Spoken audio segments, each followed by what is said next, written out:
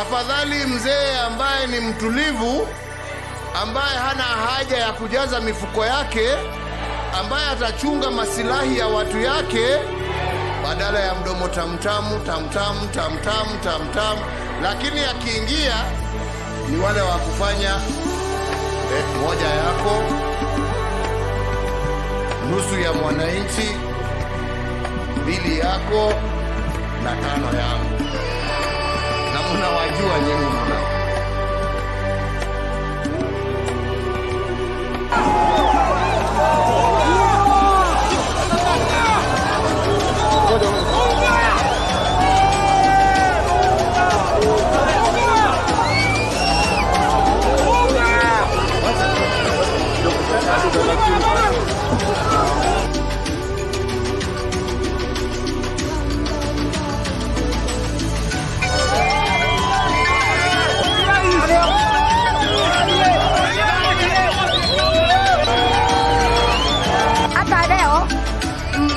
Mimi naona hii maendeleo, anasema iko maendeleo, hakuna maendeleo.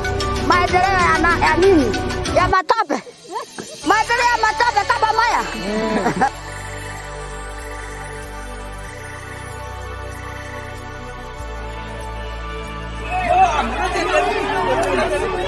Kwenda kabisa, kwani lazima.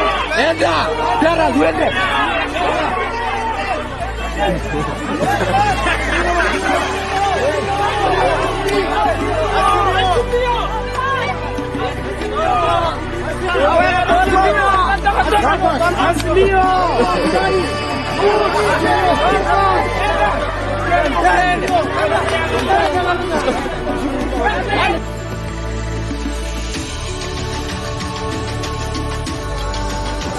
Wakenda mkoja,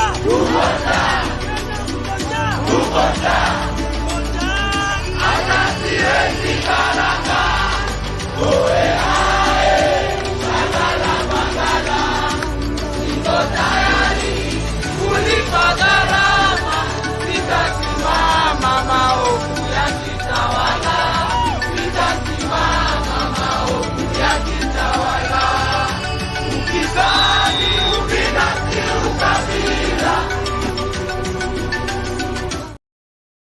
Tunaingia vijijini, mijini na hata jijini kukuletea taarifa mchana kutwa. Usiku tunaketi kitako, tunadadavua tukichanganua taarifa na makala muhimu yanayokuhusu wewe na familia yako. Mimi El-Nino alifanya mtihani, sijawahi patana na ndugu yangu mpigwa brother. Commission ile Meru Metropolitan Service iweze kuwa ikiendeleza kazi ya Meru. Gavana na yeye aendeleze maneno ya kukusanya sahihi za kumpeleka nyumbani. God forbid, but if anything were to happen to William Ruto, he would be our president. With that kind of a material, telling that the governors go and take care of yourselves and plan for it, how? I have almost 3 million people following me. That's just following. Mungu ni nani jameni? Kura ya mama mboga na bodaboda ndio iliamua, sio system na hiyo ingine. Waraka wazagayo ulioanza kwenye foleni ya kupiga kura darakanidi. Waremo Wikarania na tukatie na tie mekwataje.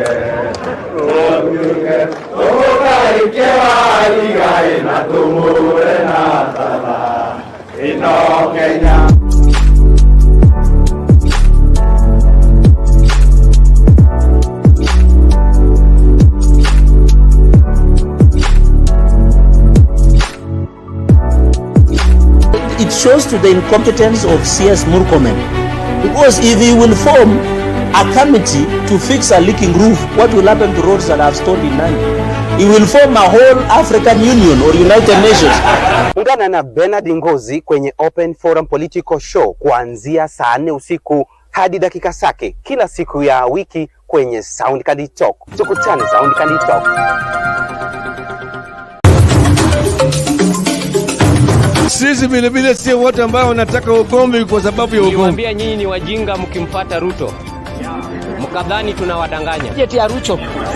Hii maisha ya Ruto ni stress na ni stress. Mungu wewe umetukosea.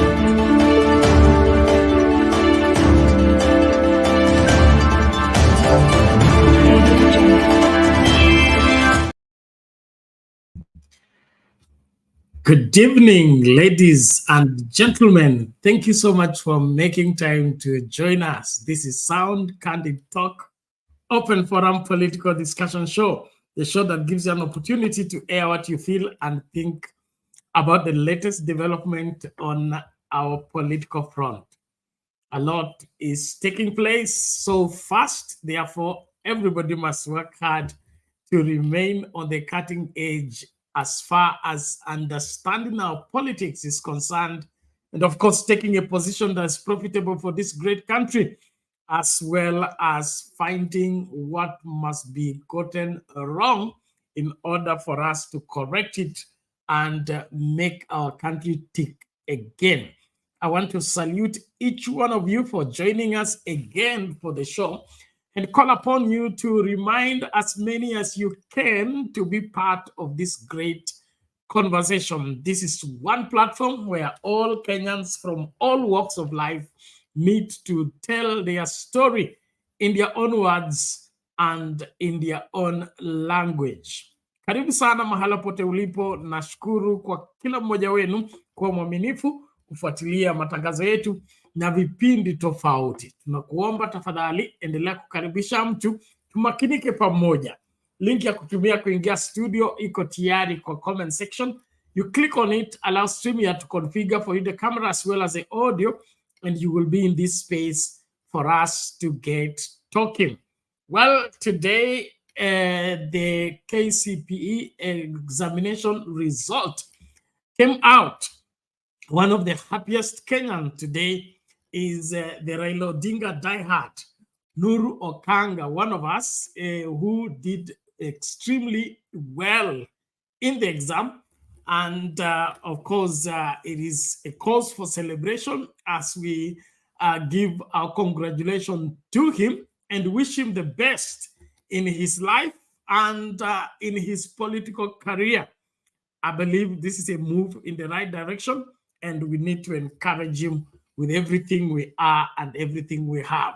So salutation and congratulations to Nuru Okanga, who has been on the forefront defending the justice of our elections, and then of course standing strong in ensuring that the truth of this country is not buried by those who want to bury us into multitudes upon multitudes of lies, misinformation, misrepresentation, and all manner of propaganda.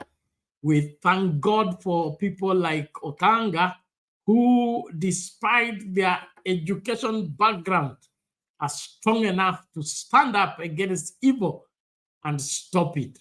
So I congratulate him and call upon you to congratulate him even as he continues to celebrate his success in the KCPE examination, and pray for him to keep going.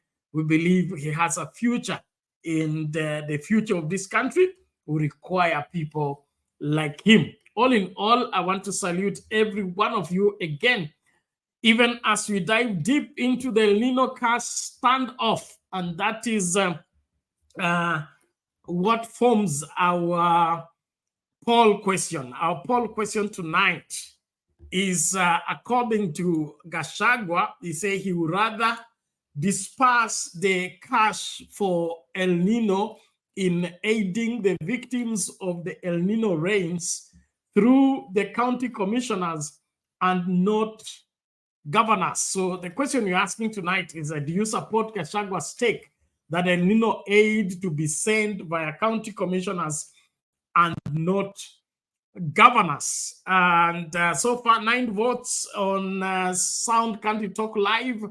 And of the 9 votes, 22% say yes, 78% say no. Let's check on this other side on Sound Candid Talk. 26 votes, 7. Wow.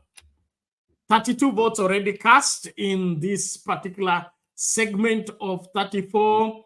Haya, naona kupiga kura kumesonga mbele. Tafadhali usipige kura kabla huja like video. Tulisema unatangulia na kulike video alafu unapiga kura. Asante sana. Do you support Gachagua's take to that El-Nino aid to be sent via county commissioners and not governors. 9% say yes, 91% say no. Well, that is how our voting is building up.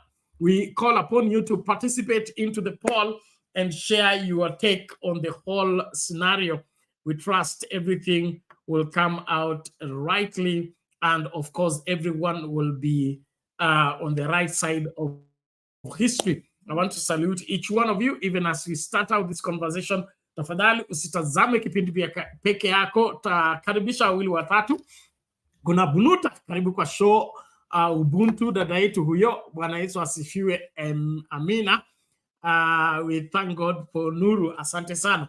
Dahid Abdi, thank you so much, karibu kwa show. Liliana, karibu kwa show. Felistas Atideke, karibu kwa show. Asante sana kwa kuwa hapa. Nashukuru. Okay, thank you so much. Aya Salome Amashibo, karibu kwa show. MNA, karibu kwa show. Karis Baya, welcome to the show. Okay, thank you so much. Anasema, okay, James Mtiso, asante sana. Congratulations to Nuru, asante sana. Wandera James, good evening, asante sana. Karibu kwa show. Tatu Juma, welcome to the show. Miss Mora, long time no see. Welcome back. Thank you for being here. Kuna huyu Brian Richard, karibu sana. Nawe pia umepotea, karibu lakini. Nashukuru kwa kuona tena. Congratulations to Nuru Okanga for performing exemplary well in the KCPE exams that the result came out today. Thank you so much. Naomba tafadhali tumakinike tunapoanza kipindi kwa pamoja, na pahala pazuri pa kuanzia ni pale kuna sherehe huko inaitwa ni Jacaranda, kwa kusherekea ndugu mmoja ambaye amefanya vizuri katika mtihani huu wa KCPE. Licha ya kuwa kaenda shule kuchelewa, lakini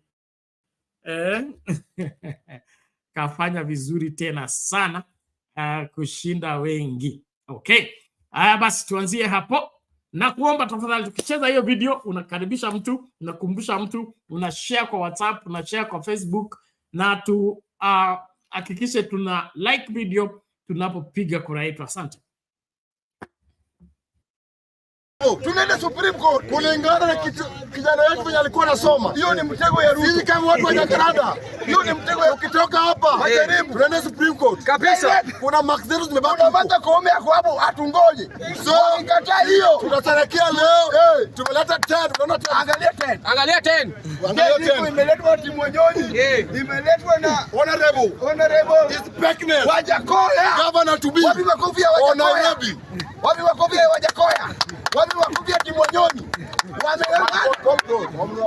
Ndugu yangu, mimi advice yenye nakuambia kama mwanafunzi mkubwa, make sure madam teacher hata akiwa na matako kubwa funga macho, meza mate. Sasa wewe ni mwanafunzi, unataka kupita. Ya pili, Mungu akubariki, endelea kukua na hii heshima uko nayo. Bwana, 2027 wewe ni MCA. Anza kuzoea koti. Hata ukienda kuoga kwa bafu, vaa koti. Hata ukienda kwa choo, funua matako ya koti kidogo, kuwa na koti. Hata kama unaenda wapi, vaa koti. Viatu yenye Nuru Okanga, design ya Nuru Okanga tukidescribe, mguu ya Okanga hii amekanyaga 140,000. Amekanyaga, amepewa na Raila Odinga. Wapi makofi ya hiyo? Ukikuja kwa koti ya Okanga, hii ni German machine. Kodi peke yake. Kodi ni 450,000. Okanga umeona amenyolewa, akafanyiwa scrubbing, nywele ikakatwa, ndevu ikakatwa mzuri, haijasimama moja moja kama ya Umosi na songa. Kumaanisha hii ndevu imetongwa mzuri. Okanga amerudi under 18, si ndio? Sasa tunaomba mtu yeyote ambaye anatamani kusimama na sisi kwa masomo ya Nuru Maloba Okanga. Mimi kama Kimbikimbi na watu wa Jacaranda hatuwezi peke yetu, lakini kupitia mkono yenu, maombi na support, Okanga atafika university. Sawa, ni mali yenu. Nasema hivi. Maliza. Okanga tunapeana namba ya Nuru Maloba Okanga hapa. Tafadhali ninaomba kwa jina la Mungu. Ni kitu ngumu sana mtu mkubwa hivi afikirie kusoma. Na ni kitu ya busara amepita. Tafadhali naomba wafadhili wetu, watu wa Azimio na mtu yeyote mwenye anaweza jitokeza, tafadhali asimama na Okanga kimasomo. Okanga ni mtu ako straight forward, anampenda Mungu, ako na familia na watoto na anatamani kusoma. Ni mambo tatu anafanya ya maana. Tafadhali mimi naomba wafadhili wetu wa Azimio wote, ukitamani kushikana na sisi tutakupea namba, wakati mwingine tutapeana pay bill. Pesa itaingia kwa simu, itakuja Nuru Maloba Okanga. Okanga lazima asome, lazima aendelee, maisha yake lazima ibadilike. Nuru, tafadhali, hakuna kitu songa nasema. Nataka useme namba hapo kwa media. Hakuna kitu nasema. Hapa vile tuko hivi. Mimi vile Okanga alifanya mtihani sijawahi patana na ndugu yangu mkubwa alisalimia. Big brother. Okanga, mimi naitwa Kidisonga. Sasa leo nisema kwa kamera. Mimi nilifanya mtihani 2010. Lakini vile ulikuwa unasema, mimi nilikuwa natamani kidogo. Nilikuwa natamani sana. Wengine walikuwa wanaongeanga mbaya mara huko. Okanga wewe uko na Mungu.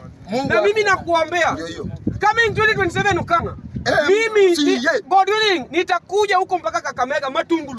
Nitakusaidia kupiga kampeni. Na wewe ukiingia pale Okanga usisahau tu. Hawezi hapo na ana mchafu. Usisahau wanaume. Saidia watu. Na mimi vile nakuona Okanga, wewe ndiye Mluya nimeona peke yako. Hakuna msimamo. Usema tu kweli Okanga. Nakumbuka Martin Sikuku. Masaa ya multiparty aliepa. Lakini wewe umeshasimama vile tulianza hii vita mpaka leo hii. Hata Mungu atakusaidia Okanga. Wewe hata ukiona unatembea mtu anasema wewe umesoma nini? Mimi baba yangu Peter Songa the late alikuwa mwalimu. Tumefanya naye mtihani. Anafanya form 4. Unasikia? Anafanya form 4 2010 Uriri, alipata A-. Na mimi nafanya class 8. Ukapata E-. Nikapata report. Unaona? Sisi wote tuliperform na akajaribu akakuwa mwalimu. Sasa wote about you Mr. Okanga. Mimi nasema mimi vile nilikuwa najua utajai ile nana. Okanga. Najua kama 2027 ama 2026 result kitoka ya KCPE. Okanga kama ni mbaya utapata B play. Mimi nasema tu kweli. Na mtu Azimio, watu Azimio wote, ukwe mtu wa UDA, ukwe mtu wa Ingo unatoka wapi? Ukwe uko ng'ambo, simama na Okanga. Okanga unisalimia tena. Wewe umejua ni brother yangu mkubwa. Na mimi sina blessing, wewe ndio uko na blessing. Ukisema Kidisonga, unaona vile leo nimeng'aa. Nilikuwa najua tunaenda kusherehekea brother yangu. Ya huyu brother yangu mdogo yenye nimepata information. Nimepata simu saa hii. Inspector Mwala mahali huko umeona ameshapita. Ulituambia akipita utamsomesha. Ndio maana tunahitaji wafadhili wetu wasimame na Nuru Okanga. Sisi tunaweza pigana, lakini ikifika wakati wa maendeleo tuko pamoja. Tutapeana namba ya Nuru Maloba Okanga. Nuru, peana tu namba. Sasa hivi umetoka ndugu yangu, alafu siongee. Unaweza shukuru tu watu kidogo. Wale Umosi kidogo tafadhali. Haya, ongea tu. Umosi kidogo. Wacha sema namba alafu uweke ngoma. Sema namba. Asanteni sana.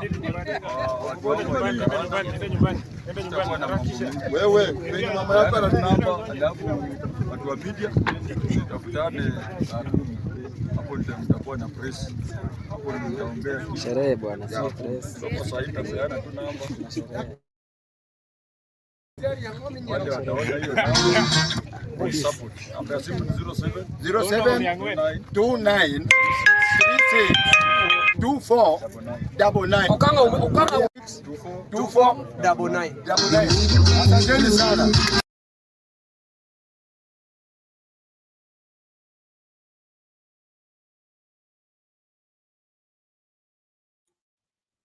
Mambo yamekuwa hivyo Jakaranda wanaposherekea ushindi wa Okanga katika mtihani aliofanya wa KCPE. Unaona hapo kuna kina Kimbikimbi, Songa na wakereketwa wote wa bunge la wananchi wakisherekea kwa pamoja. Tunashukuru kwa hayo, na tunaomba tafadhali tukamakinike na sisi pia kuhakikisha kwamba we support what is good. That's what we stand for, and ensure that the success of one means the success of all, and therefore we will be celebrating Okanga. I'm looking for how to get him to be part of one of the shows in the course of the week. But in the meantime, let's send him congratulations and say whatever. Congratulations ya chai na kombe ya chai namna hiyo. Nimeona dada yetu mkubwa hapo. Kombe ya chai inakuwa mzuri ukipeana ya congratulations, sio congratulations peke yake. Asante. Public participation imefika. Vipi?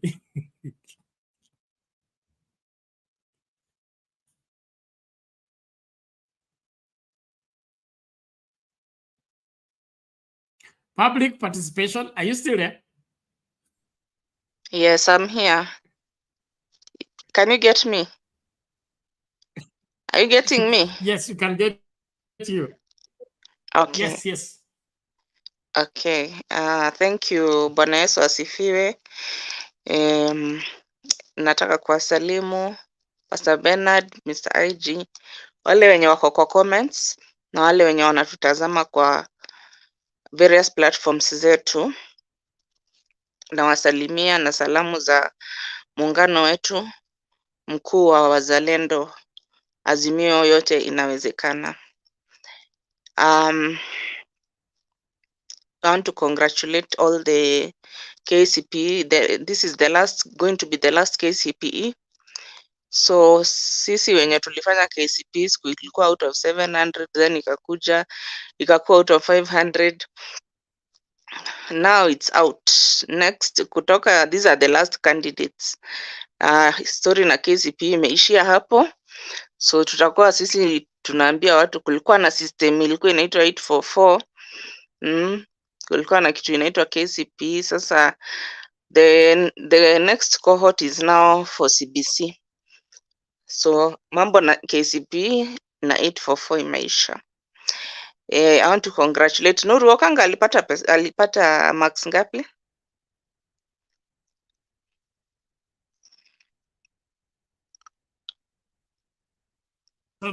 Alipata marks ngapi? 401, I think so. 401. Wow. Let me get the result too. Wow, that's lovely. That's 1 minute. Yes. Okay, there we go. Wow. 401. Oh, that's amazing.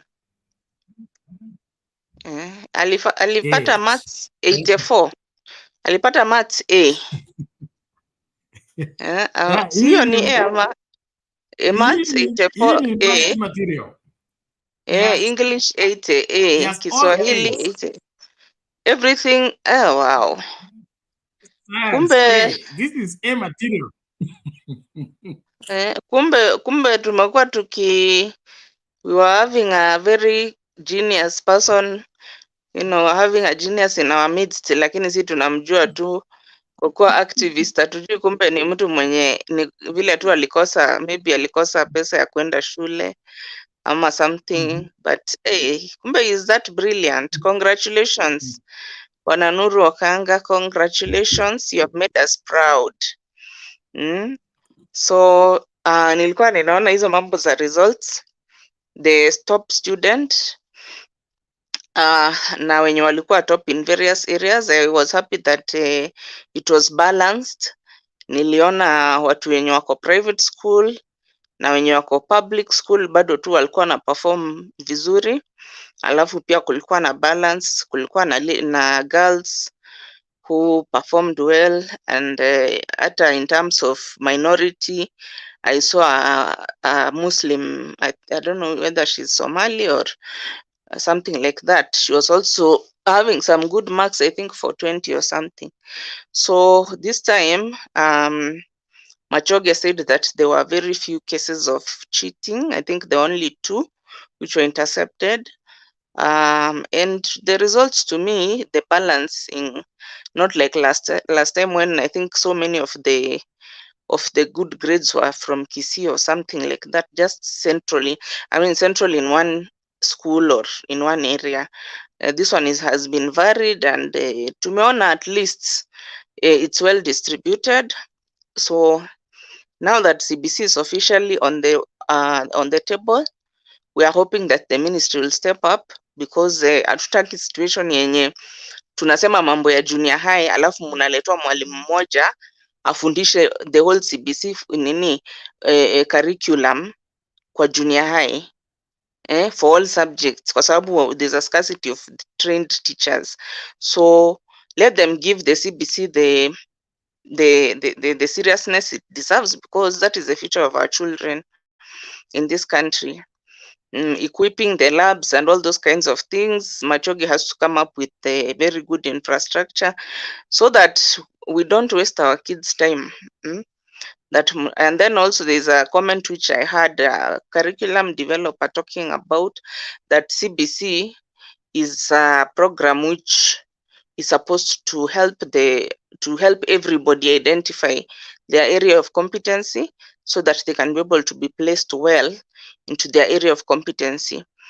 I was not really sure what he meant by that, because sometimes people have talent in things which are not in the curriculum. For example, I don't know whether things like sports, is it something which is examinable? Is it something they study about? I'm sure it's not. But some people are very good in sports.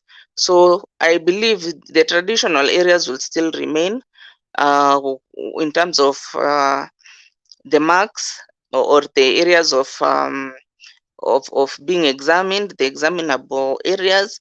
So mtu anaweza kuwa na if at all your competency or talent is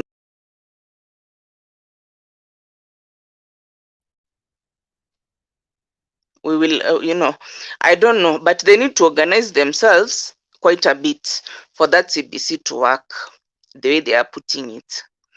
And then also I liked that now the examinations will be staggered. It won't be a one-off exam like the way KCPE and KCSE has been. They'll stagger the marks across different grades. So they get an exam for maybe grade 3 or 4. They move like that, maybe a grade 6 on a test. So it becomes accumulative at the end. I think the thought is noble, and it is a good idea, but infrastructure is very important. We have a problem of infrastructure in terms of education in these countries. There are still areas in Kenya whereby children are learning under the tree. Children are in areas which have a lot of violence, like these Pokot areas where the Pokot are. You see students even deserting the school because of these rustlers and those kind of things. So logistics, education in Kenya, it's very varied, and it's also very crucial for us not to leave any child behind, because the way we are moving now is that it's becoming more advanced in terms of even what is going to be taught. So kama the people who are in those hardship areas, how are they going to be able to catch up, if at all? At a basics yenyewe you find watoto wanasoma chini ya mti, mara they are in mad classes, they are like 100 pupils in a class. All those things need to be addressed. Let's not move ahead when some of our students have not gotten the basic, like having a building, like having security, so that you don't have to desert the school when now these bandits come in. They are secured by the security forces. You continue with your learning. pastoralists. We see how they can also be able to be helped in spite of being nomads who move around a lot. There is a lot that goes into education because we're having a country which is highly varied. You saw now since this El-Nino began, and these guys, they were going to take papers to different areas, hardship areas, which are already having floods. You saw a teacher who was chopped. I don't know whether you saw that picture, Pastor Bernard. The teacher, may his soul rest in peace, he was going to take papers to students. He was in a chopper. So I don't know what exactly happened, but the propeller for the chopper, the blades, ended up hacking the top of his head. Like it just cut him across the top of his head. You know, the skull and the, like a surgeon blade vile inakatanga. That's how alikatika. And the papers were strewn all over the place. And so I don't know ni kama alienda kushuka before the blades, the propeller stopped. So as he was getting out, akakatwa kichwa, akakatwa the top of the head, and he died. So you can see there's a lot of challenges, by the way, in education. A lot of challenges. There are very many challenges which need to be addressed, especially in those hardship areas, whereby also teachers don't want to be posted because of the terrorism which is there. Like Northeastern, teachers don't want to be posted there because it's dangerous for them, and they find it to be a very hostile work environment. So Machoge has also said that about 9,000 people who didn't sit, and they will make arrangements for them to sit. So I think that's my input in terms of the education sector in Kenya. As far as I can remember, because I did KCSE when it was out of 700, somehow it was similar to CBC because it was quite practical and hands-on. I remember we are doing things like knitting, we were doing things like making duster, we were doing, quite a lot of practical arts, dye, batik and tie and dye, those kind of things. So I think it could be more similar. Maybe when they reduced it to 500, it may not have been so hands-on and practical, but back in our day, it was very, very hands-on.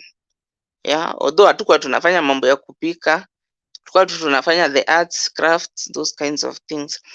So I hope that Machoge and the CEO of NEC, that they'll look very well and very seriously, because we have very brilliant people, brilliant minds who are supposed to who are in education sector, specialists in education sector. They can help so that no child is left behind. I think let me stop there so that I can give Bwana IG an opportunity. Thank you. Back to you in the studio. Asante sana public participation. We appreciate that, and it's our responsibility to see to it that things work out. You say you did not do cooking. We did cooking. 844 was comprehensive. I mean, although we had specialization, you had to choose between woodwork, metalwork, and home science. So, and agriculture, they were all clustered together. And so me, I did home science. I dropped agriculture. In fact, I was called to Chavakali High School, and the reason I did not report is because on the list of things to appear with was djembe. I was the last person to finish my agriculture assignment in Standard 8. And then my invitation to Chavakali High School is I should arrive with digging djembe. I said no. I cannot escape digging at home. You invite me to school to dig. All the same, thank you so much. So nilifanya home science mpaka form 4, and home science was home science, not what they are doing today. Home science was clothing and textile, home management, and cookery.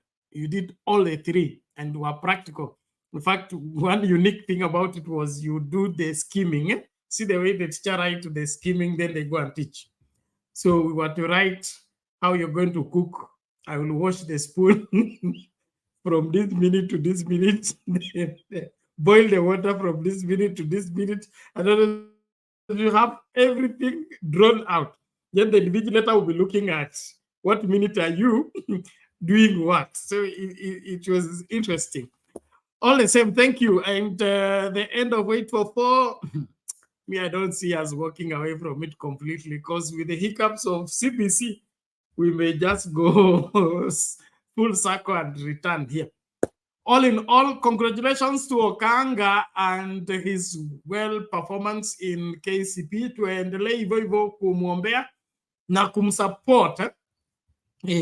Najua wengi wenu mko na namba yake. Kama hamna, basi tutapanga siku ile atakuja studio, mtaongea na yeye ana kwa ana, lakini naomba tafadhali tuwe mstari wa mbele kukaribishana. Hakikisha wewe umepiga kura, okay? Kama hujapiga kura yako unachelewa, lakini kabla upige kura hakikisha umelike video. Don't vote without liking the video. 16 votes on Sound Candid Talk Live, and the question is, do you support Gachagwa's stake that El-Nino aid to be sent via county commissioners and not governors? 12% say yes, 88% say no. On Sound Candid Talk, the main channel, 77 votes with 46 likes. Kuna makosa hapa. We can't have 78 votes, 79, almost 80 votes, and we have 46 likes. Tafadhali tuweke hiyo tradition kabla upige kura, umelike video. 80 votes. Do you support Gachagwa's stake that El-Nino aid to be sent via county commissioners and not governors? 11% say yes, 89% say no. What is your take on the same? Please make sure that your voice is heard and your vote is clear. Kusikuwe na mchanganyiko. Asante sana. Turejee kwa IG na yaseme ya kwake tunapoendelea. IG, take it. Jambo Mr. Bernard. Nipo salama, karibu. Naona engineer anasema yeye ni mtu wa form 6.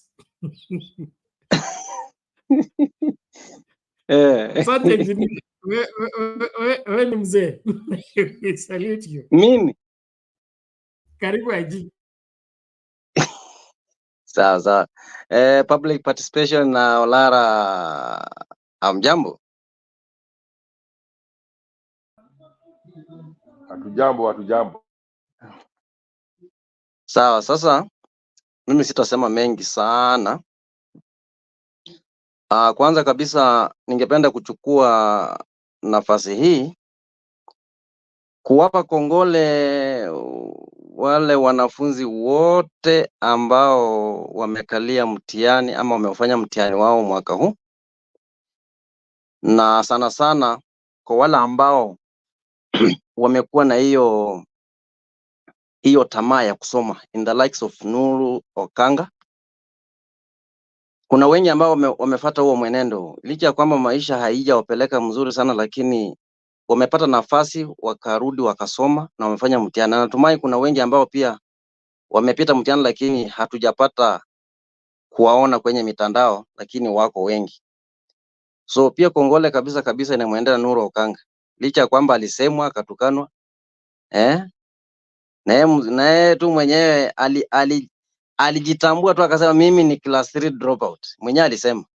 Hakuwa naona haya kwa kusema yeye ali drop out. Lakini hata kama ali drop out, amefanya bidii, amerudi shule na ametuonyesha kila ambacho amefanya. Kongole kwake. Na tunajua anaenda mbali. Ukiwa na ari hiyo unaenda mbali.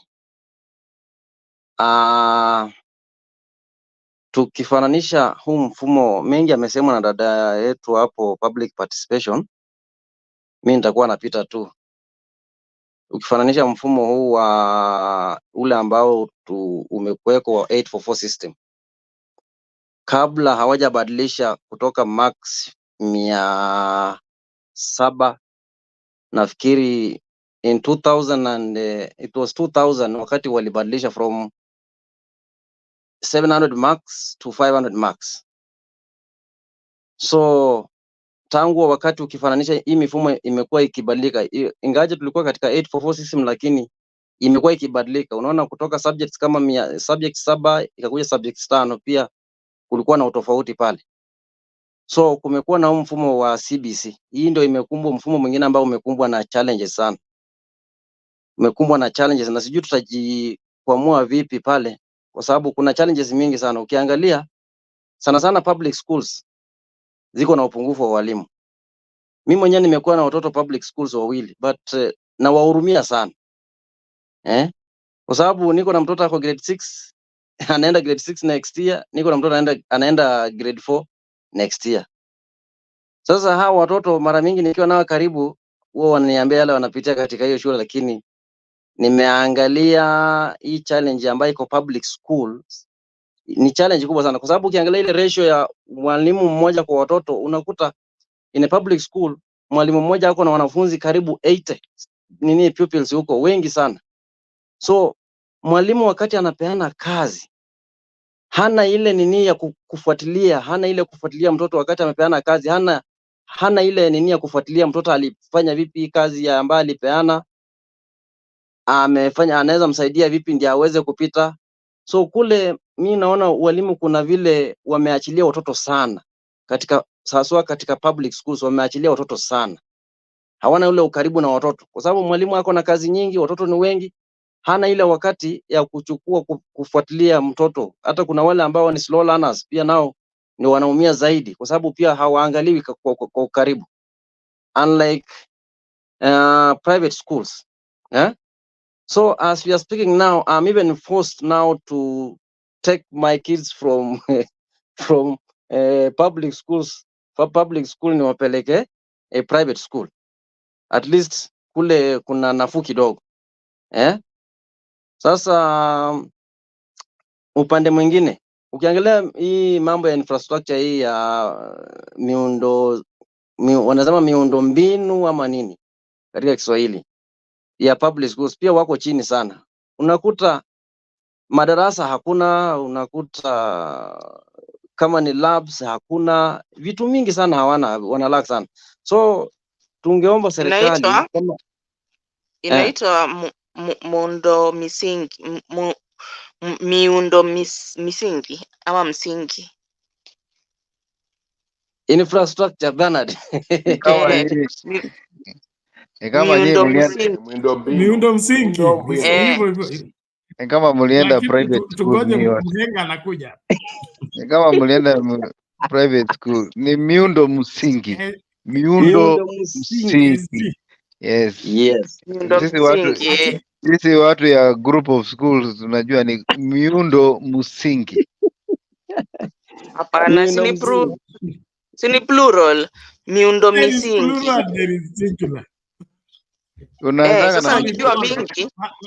Unaanza na miundo, alafu unaweka singular msingi. Miundo ni mingi lakini ni infrastructure miundo infrastructure, yes. Msingi. Miundo misingi. Haya. Asanteni sana. Sawa basi. Walimu tuko wengi. Sawa, kamilisha, unaona kiu imeanza kwa. Sawa, mambo ya miundo msingi pia upande huo, laboratories, classes, kuna challenges katika mostly in public schools. So at least private schools wanajaribu, even though wako a bit expensive. Sio wazazi wote ambao wanaweza afford kuwapeleka watoto wao katika hizo private schools. Haya,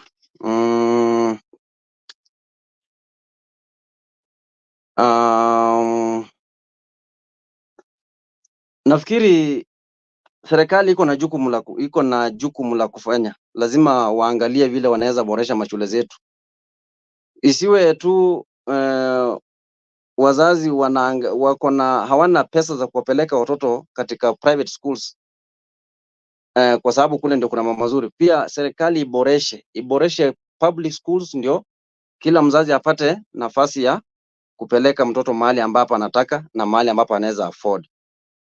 Nafikiri waziri ako na jukumu la kufanya, bado kuna responsibility kubwa sana juu yake. Inabidi ajaribu sana au kwa public schools. Nitafika pale, wengine nao wachangie. Okay, asante sana IG, tunashukuru kwa utangulizi mzuri, and then of course bringing up the problem with public school. And to me, it is all our attitude towards the country and its future in terms of free primary education was introduced by Kibaki. Then the developing of that free primary education to ensure that it's quality and viable. Huwa sisi tunasherekea tu kuanzisha kwa vitu, alafu vikishafika mahali tunaacha vinadua badala kuviendeleza na kuviboresha vifike kiwango ambacho ni cha kimataifa. Education needs to be primary and very important to any administration. I remember Moi one day said, kama mtaki kujenga shule, basi mwache kuzaa. And that is it. The choice between school and giving birth has to be brought back into the understanding of any government administration. Hii story ya kupeleka watoto shule kama unawapeleka concentration camp iachwe, au unawapeleka kama kwa IDP camp iachwe. We should place a value on education and invest into the people carrying that education, especially the teachers, and ensure that there is quality education. Quality education is born out of what? If we have 80 students in a class, that is not education taking place. That is babysitting. That's all. You babysit them from standard 1 to standard 8, and that is all that has been taking place. Ndio tunaendelea kudidimia kama nchi. Look at the idiots we have voted for in parliament. Look at the way they yell and make noise. It's all because of being babysat instead of being taken through education. And so if the education is not developing the people undertaking that particular system of training, then it's useless. And so each and every administration needs to place value on education on a serious note. Look the way they are careless about it. Ate mwalimu anapeleka invigilation paper, anafika kwa daraja imekuwa swept. Badala watengeneze emergency bridge, wanaenda kuleta hiyo crane. So mwalimu anakuwa ndio kokoto, ingie kwa hiyo nini, mishwe na hiyo kitu apelekwe ndio apeleke exam. Hata kama wewe ulikuwa bound to pass that exam, kwa hiyo matope yote, how are you going to pass which exam where? So let's place value on education, and on a serious note, as Kenyans, tusikue lay back, because majority of Kenyans, they lay back on serious matters like education, serious matters like healthcare, serious matters like food security. We lay back and say serikali ifanye tu vile inataka. Hakuna vile serikali itafanya vile inataka, lazima tuilazimishe ifanye vile inapaswa kufanya. That's why we're here. Asante kwa kila mmoja. Tunapoendelea na mjadala, tunakuomba tafadhali karibisha mtu, endelea kupiga kura yako na endelea kuhusika katika mambo haya yote. Tumsikilize Lara, alafu SG naye aje. Namuona Lala pia amefika, naona Frank pia. Haya, Olara, vipi lakini?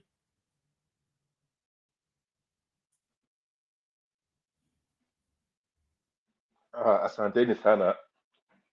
Leo mada ni masomo, na hii education system ni mada mimi binafsi, naomba mnanisikia nyote? Ushafika, endelea. Mnanisikia ama mnisikii? Asante sana, asante sana. Hii mada leo ni mada ambacho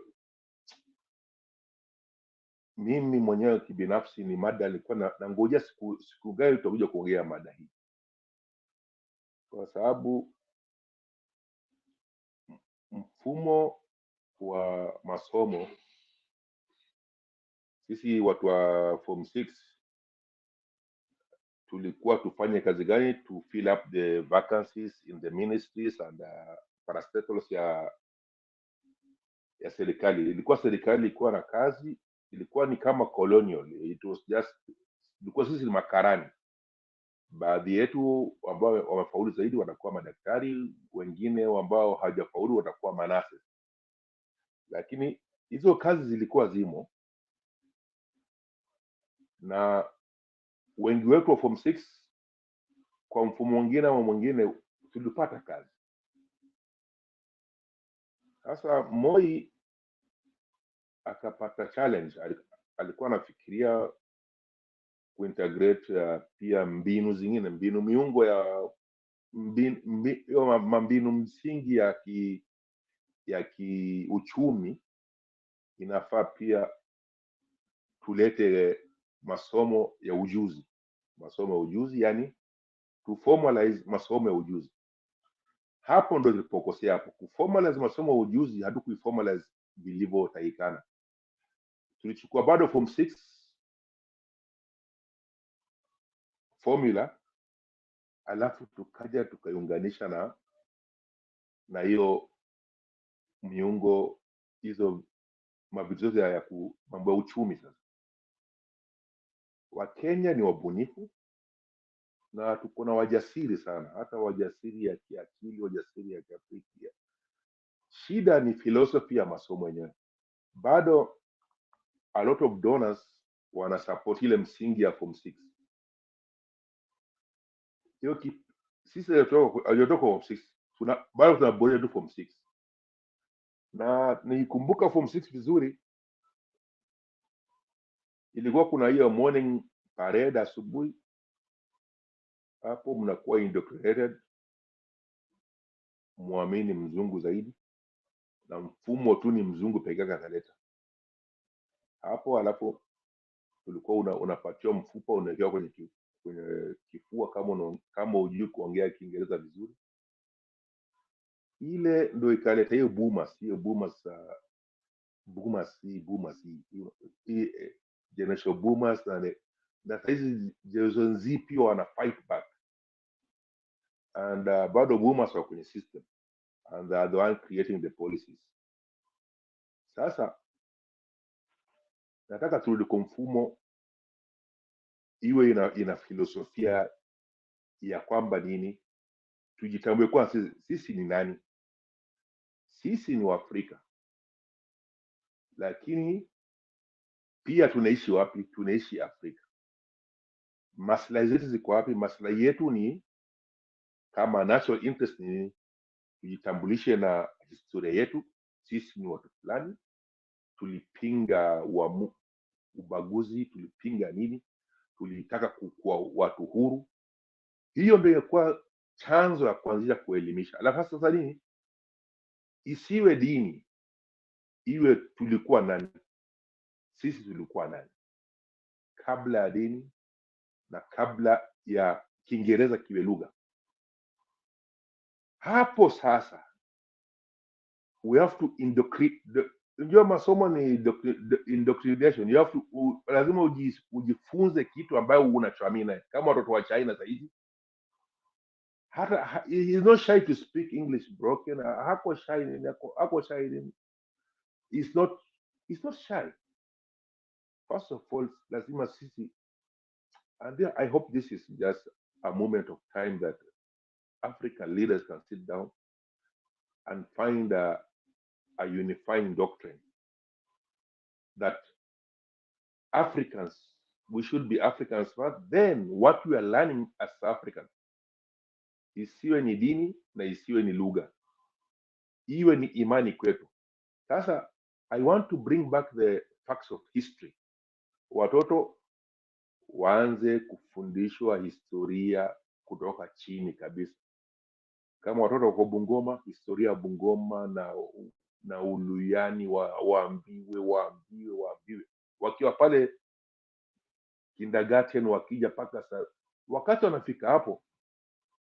Lakini shida mababu zetu ni maboomers, wanapeleka watoto church mara nyingi, watawasukuma pale Sunday school wakakaa kule, lakini hatusemi historia yetu kwa watoto wetu. Sasa nilikuwa nataka iwe ni policies ya kwamba watoto wafundishwe Mtoto akiangalia Mluya anajua Mluya anaamini hivi. Mtoto akiangalia Mkikuyu anajua Mkikuyu anaangalia wapi. Mtoto akiona Mkalenjin anajua Mkalenjin ni nani. Yaani watoto wafundishwe ile historia yao kwao. Hiyo ndio ile kisu cha pale. Ndio alafu tuanze kupunguza hii upuuzi ya kwamba unakuta mtu ni profesa kwenye university lakini hajielewi yeye ni nani. He would rather speak to you downly because you are speaking you don't understand English. I cannot speak to somebody who's no. Oh no, I am educated. And then you throw four-thumbs on people who are trying to engage you. You look at people like a colonial because you learn some English or maybe you have a degree. Sasa hiyo ndo what you call neocolonialism. And those boomers tumeachiwa, hao ndo wameshikilia nchi, hao wanashikilia policies. We have to get back to the philosophical of us because we are not religion, we are people. Tukipata asilia hii kitu, and we are not language, we are not English, we should not be judged. Some of us look stupid because we didn't get the ability to speak English better. That's why you are cast out of the system. You cannot be employed, you cannot be hired because unaongea kama Nuru Okanga. Nuru Okanga is another thing to just show us. That guy was speaking in a broken both Swahili and English. But he had a message. But we can only validate him because he went through the same system. What I'm suggesting for all of us, let's rescue the lost. I want a project whereby nataka tufanye tu project ya watu ambayo walitolewa na system nje, lakini watu wana akili zao.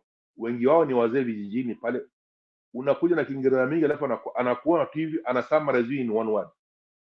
Huyu kijana ni mjeuri, ama anasema huyu kijana amelemewa, ama huyu kijana hajui anatoka wapi. Because you've gone to a village, you are a professor, you are lecturing your elders, you are lecturing them, then one of them even never went to school, he can summarize you in one word. Ataongea na wazengine, baba nani, huyu kijana wako ni mshenzi. Alafu sasa ukienda kwa lugha, mshenzi ni nini? Kwa kila lugha kuna mshenzi. Mshenzi haikuangi mtu hajasoma, ni mtu ajijui yeye ni nani, na tuko nao wengi sana. Sasa mbinu msingi ya masomo saizi imefunguliwa wazi, CBC imekuja, which is a chance again, public participation. Hii mambo ya kuamka asubuhi mnasimamishwa pale, mnaombeshwa zaidi, iwe ni historia ya familia ya ile historia ya hiyo area isemekane na Wakenya. Alafu we devise a nationalistic approach to it. Isiyo religion, iwe tu ni sisi wa Afrika tuligandamizwa, saizi tunataka kuinuka. This is what Chinese are doing. They are proudly China, they're proudly China, they're pro-China. And if you go to China, the algorithm there is always promoting themselves, projecting themselves. We here, we are fighting, but we are divided inside. How can you go and negotiate with World Bank when you know exactly World Bank will do to you what their forefathers did to you? They brought you a set of beliefs. You look down into your own languages. You look down into the same systems. And now economically, you are dominated to an extent. You are going back to the same problem. Wanakupatia antidotes tu. Utalipa. Sasa Ruto amechukua almost anapatiwa mshahara. Hiyo kitu yote anaenda kutumia tu to maintain the stability of wafanyikazi wasikose mshahara. Na alafu ajiibie nyingine. Now we have a chance now. The best first subject for a school or education system, it should be doctrine. What are you teaching? It should be a doctrine. Are you creating workers? Are you creating? But it should be a doctrine. We don't have a doctrine in our education system. At least zamani tulikuwa tuna Kenya kipenzi chetu. Unajua, this is what kina Moi walikuwa wanajaribu kuhimiza. Even when on National Day anapiga mziki ya nini? Yani hiyo uzalendo. Alafu uzalendo iwe na imani. Iwe na imani. Panolara, chunga muda tafadhali. The queue is long. And you are appearing before are you appearing before the Parliamentary Committee on Education? I should be appearing there because I want please to apply and get there. You have good points. We need you to go and help Machogu begin to think, because he has stopped thinking. You see, no. It's a very serious thing. I'm a boomer myself, but we are still overseeing the system, which is Z. Those guys they have this platform like we have here. So now, for instance, why should a physical papers be flown by helicopter with 2 million to just fly the helicopter to go in a location, whereas that thing can just be sent via a secure VPN to land somewhere who has the electricity, even with a generator, with a laptop, with a printer. With a printer, with a capability of printing maybe 500, 1,000 papers per minute. Print those papers there. The Ministry of Education has the highest budget. Buying, let's say, and this thing was anticipated, whether it will be bad this time of year. Have those printers in the locations, in the schools. They'll just get a generator working there with a signal, then just send those signals there. A PDF is sent out there. It's downloaded under the police supervision with the secure code. Print it down there. Don't send helicopters there, killing teachers, training everyone. Now, we have other platforms. We have many platforms. Even we can gather, if the rain is raining between the two villages, we can separate the children of this area, just sit where you are. The technology will reach you there, provided it's supervised well. I'm coming back to the subject of today. You are saying that Gachagua said Lara, your time is up. Your time is up. You will come second round. Thank you. Yeah, you took too long to land. Wewe umeenda Jomo Kenyatta, ukarudi Mombasa, ukarudi tena, lakini subiri hapo, tutarejea kwako in a short while. SG, lazima tuwe na doctrine. I recommend you to go to the education committee kwa parliament. Utoe hii buloli yako, itasaidia sana. Asante lakini. Thank you on the comment section. Please, let's keep going. We must do what we must do. Wairimu says your poll today is very difficult to answer. Kenya needs a dedicated disaster management department with skilled professionals.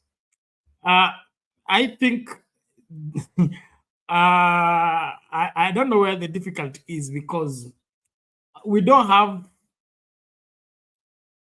parallel governments in Kenya. We have the central government, we have county government.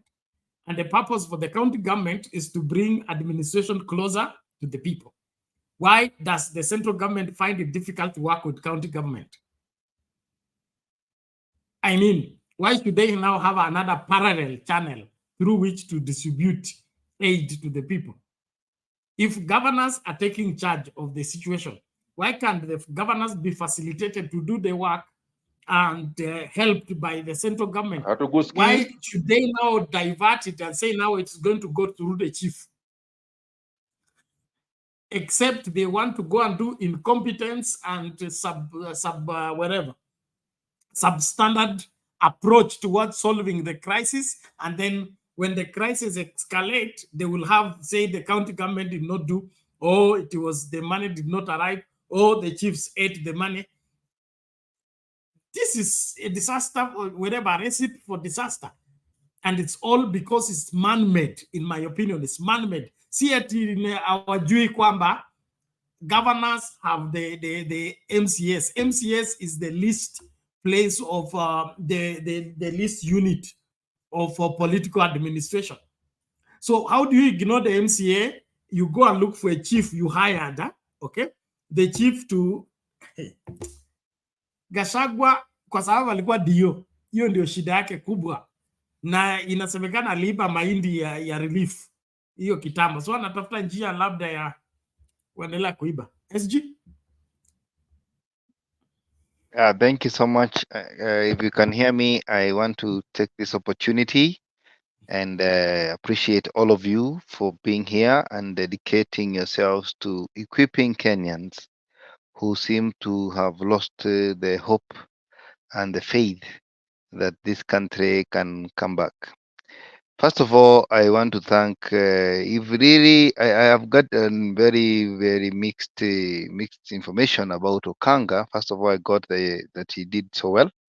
And then later on, I saw some script in the Nation saying that he can't prove whether he sat for the exam, which is, we don't know what is what. But if indeed he got the marks that we saw, congratulations, Mr. Okanga.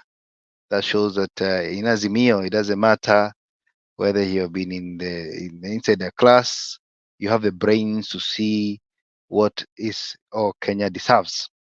But even in case there was an impersonation of somebody who sat for his exam on his behalf, then it's unfortunate, and it can be so bad to the people of Azimio, because we wouldn't want that. But in times like this, let us wait for the truth to come out. So that SG, we know. Yes. What you do, those are the details, huh? Yes, yes. Wewe ni mkubwa wa chama. Yes. Take that index number. Okay. Yes. Send the details. Yes, the index number is there. I agree. I think that is something that, you see what happens, and I think NTV na story yao ni kama wanataka wanatengeneza. No. There is you should also understand that yes, having an index number, it doesn't mean exactly he sat for the exam. Index can be. Do you know what Didmas Barasa did? Didmas Barasa enrolled into the university, and this is something I know for a fact. He enrolled the university, but he never attended any class. Somebody attended on his behalf. He only attended the graduation, but that is not to say I doubt Okanga's capability. I'm just saying we live in that country whereby we know things happen, and we have it's unfortunate and very unfortunate when I even read that message of, I think, Wairimu, who said that we need a department. Yes, we have seen the president graduating from a doctorate without attending any class. It is things that have been happening. We have seen Sonko becoming a master's degree, MBA, first class honors graduate. We have also seen even this other person, Sakaja. Sakaja is a doctor of philosophy from the University of Uganda. We know these things happen, Bernard. It doesn't matter. In fact, let me tell you something, and this will be an eye-opener to many Kenyans, because I am on the ground and I know what happened. Today, if you want to graduate from Makerere University, choose a course, choose when you wanted to graduate. The ICT department in Makerere University only need 300,000 shillings to place your picture, and you graduate. I'm just giving you. I'm just telling you what is. Orders. Mimi sitaki kesi baada ya hisho. You know, for me, I like. Anyway. Say some university in Uganda. Makerere University is a very important university. No. I'm telling you what is happening today. It is unfortunate, but it is happening. People look of a person like you from from your village who has died and had a graduate, and they give you that graduation certificate. I'm telling you, it is happening.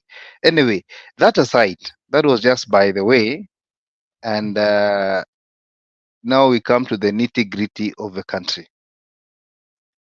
When somebody, and I like the lady who commented about the having a good disaster management team. But let me ask you, when there is a problem on the top, it doesn't matter what you want to fix on the bottom. It will not be fixed. And I'll give you an illustration. If your house has reached a point of destruction so that you build a new house, please do that. Stop renovations. Because what she's suggesting is that we renovate, that one of the rooms in that house, tupake rangi, tuweke plaster, tutengeneze room iwe ya disaster. The problem is not with the departments. It is not with these sections. The problem is in the executive. Hapo ndipo problem iko. And until you have a president who can be a person who cares about people, then we can never change any institution in this country. Because the way things are being managed in this country is one thing. My brothers and my sisters, the president is out of the country today after overseeing a micro sijui what seminar in a country where there is a disaster that has killed over 100 people, where people have not even 9,000 students have not gone to do exam because of the El-Nino. And then you're telling me we have a country here? First of all, you should have declared this as national disaster and request for help from all over the world. But now we come in Nairobi, we go somewhere where there is no rain, we have a seminar, and then we are out of the country because we are tourists. And therefore, what really perturbs me as a Kenyan, it is to have those clueless leaders, people who have no knowledge of what they are doing in those positions. And then we come here and try to see on how we can find solutions on the bottom. It is not going to happen. Therefore, as I finish, because I don't want to take a lot of time, you have seen the ignorance, the public ignorance that has been displayed by the deputy president, lying to people that money has been dispersed, only to recall that statement and say that money is not forthcoming. This is the kind of leaders we are saying we do not need. And I support Orengo when he said it is the high time Kenyans get so serious. Even those Togeges who believed that this government will have a miracle somehow, they need to find and take a stand and say, if indeed we need our country to be better, if indeed we need our country for our kids to be good in future, then we have to make a decision before it is too late. Because any day this government continues, it's suffering to the people of Kenya. Na nitaachia hapo ndio nipatie wengine nafasi, lakini ninafanya uchambuzi hapo polepole na nataka nikuje na moto, kwa sababu leo hakuna kulala, ni siasa 101. Tutapiga Sakayo mpaka aache kutembea, kwa sababu yeye asipokuwa kwa ndege ako juu ya gari, asipokuwa juu ya gari ako kanisani. Na niseme kitu moja ambao Orala amesema, ama nitasema baadaye hiyo. Utanipatia 1 minute, extra minute, Mr. Speaker? Ushaanza kusema half a minute. Half a minute. Thank you, Mr. Speaker. Sir, how comes that Kenya, and I'm not against churches, I'm not attacking the churches. How comes that Kenya today, if you go church near me, it doesn't matter where you are, go church near me, you find almost 150 churches near you. You know, we have 2 million churches in this country. On the other hand, as you go to China, go engineers near you, go industries near you. You know, where did we go wrong as a country? Because we prioritize on the wrong things. Yeah, thank you for that. So hiyo maneno tuangalie wa Kenya, ndio tuwe na kanisa, tuabudu Mungu wa ukweli, lakini si kanisa moja kama bali inajua udhero hapo kuna salamu, hata speakers zinaangaliana, huyu anaongeleshea huyu, huyu anaongeleshea huyu. We make God look so confused. In fact, we make even God detest. Many people detest this God. Anakaa funny huyo Mungu. Yeah, It is he is not not God who is confused. It is us who are confused in the name of God. Please don't mix God with our foolishness. I say we make him.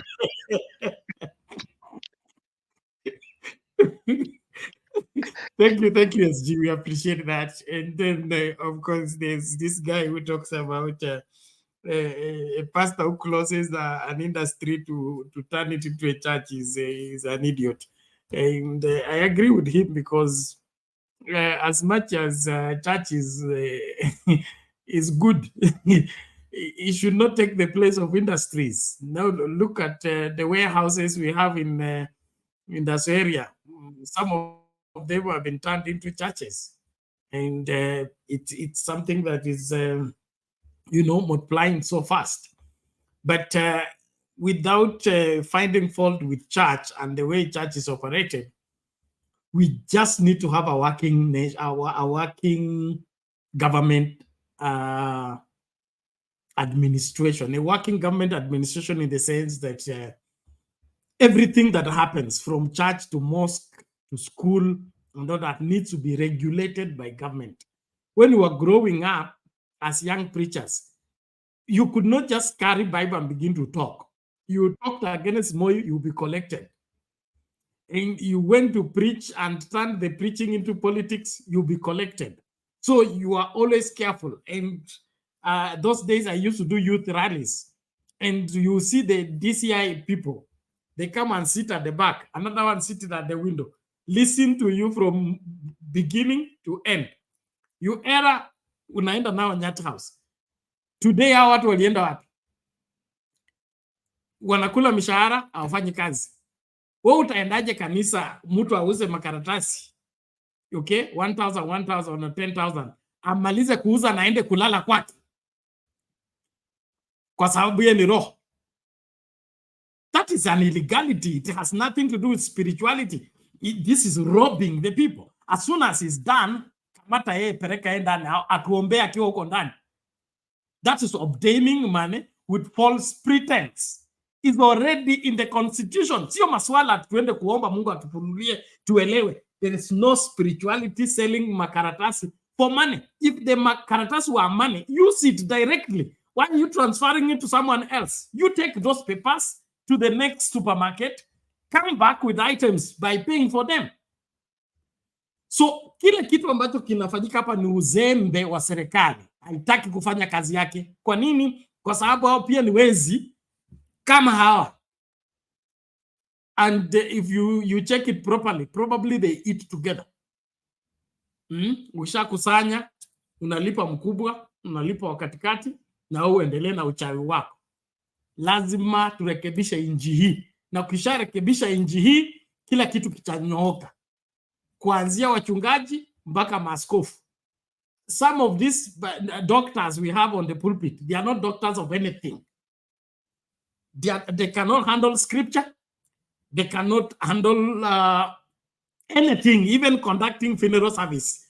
They have no idea where it starts and where it ends. They cannot even dedicate children. They are just there, bearing the name doctor, but doctor of nothing. And all of that is because of a false system that is determining who is who where. Wewe ukienda tu Sheria House useme wewe ni doctor, wanaanza kukuinamia. Nobody interrogates you to find whether you are a doctor, like my late Archbishop Benson Idahosa used to say. He say some people come and tell you, he say, doctor, call me doctor. he say, I agree, you're a doctor. He say, but when you get closer to them, you just discover they are not doctors at all. They are a dockyard. That is what we have become. People glorify what we should be ashamed of, and revere what we should be arresting. There's no amount of spirituality that justifies illegality. Hakuna. Na kama askari hawezi kushika hao watu, basi let them hire us. We will arrest for you the people who are causing evil using pulpit. Wacha nisichemke sana. There was something I was to respond to. Frank, I hope you are okay. There is something I wanted to say. F clips and say Kenyan don't pay attention to details. He is index 55. How does index 55 get above 400? FT clips, you need to understand that as a private student, not a formal student, there is what we call Kumbaro classes for education for the adult. That means you register for exam on the nearby exam center. That exam center has both formal and informal. So the index number is not determined by your performance, it's by allocation. So if he registered as number 55 student, he gets that index number. It's not a classroom whereby you are having formal education. Okanga left active politics for a period of time to concentrate on his exam and his studies for about, I think, 3 to 5 months. He was not active at Jacaranda and he left Nairobi completely. I was looking for him to be on the show. I couldn't get him. Alikaa ushago, akaconcentrate na hiyo masomo na akafanya mtihani. Kama kuna mtu anatashwishi na hiyo, basi aende Matungu afanye uchunguzi. Lakini kile mimi naona hapa, just people who are hoping that Okanga will fail the exam and they create a kick on it that he makes a lot of noise. He supports Raila Odinga and the Raila Odinga people supporters fail. Now that he has excelled, their language has refused. Now they want to cast aspersion on him. Okanga is a very smart guy. Smart in the sense, look at his reasoning. He reasons better than your graduates. Au mnavalisha kofia za hivi na hivi. Wakitoka huko, they can't... Wacha nisiharibie watu unga. Ladies and gentlemen, please let's keep going. Hiyo namba ya watazamaji imekwama. Mbona? Tuendelee kukaribisha mtu. Verdict yetu ya nini? Ya nani huyu? Bwana Lara says... Ngoja tu kidogo, ngoja kidogo. Muhenga ndio huyo amefika, atatupatia maneno ya miundo msingi. But just hold on. Let me give you quickly. Do you support Gachagwa's take that El-Nino aid to be sent via county commissioners and not governors? 21 votes on the polling station Sound Candy Talk Live. 14% say yes. 86% say no. On the other side of Sound Candy Talk, let's find out, do you support Gachagwa's take that El-Nino aid to be sent via county commissioners and not governors? Okay. 114 votes. 11% say yes. 89% say no. So that is how Kenyans are responding to this. And then, of course, like the video, tafadhali tunaomba kabla upige kura yako, like the video. It's important. And let's keep going. Frank, vipi?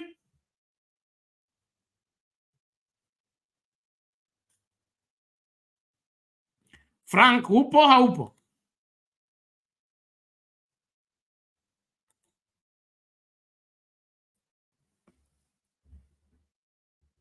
Okay. Bwana Frank aki... Let's listen to this. Page. And on this one, I want to thank Kenyans on Twitter for pointing me to this particular page. It is a verified page, Mr. Speaker, and electronic evidence, for those who want to shout point of order, is admissible in this country.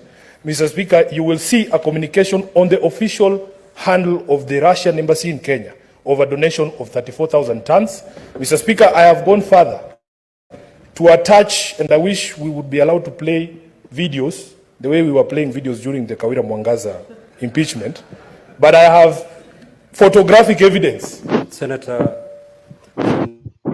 Sifuna, is the fertilizer in question the same fertilizer in that In fact, indeed, Mr. Speaker, that is my point. This is the free fertilizer that we were told has now been subsidized. And the point I was making is you can't subsidize something you got for free.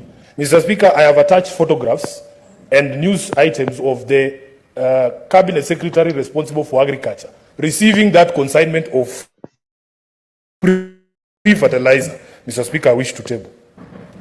Well, I will, the clerk get seize of these documents. We will look at the authenticity of those documents, and I'll make a ruling as to whether they can be used to substantiate your claim. Yes, Senator.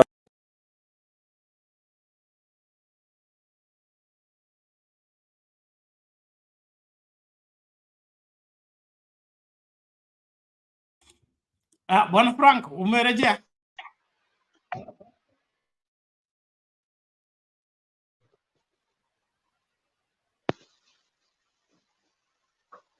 Endelea.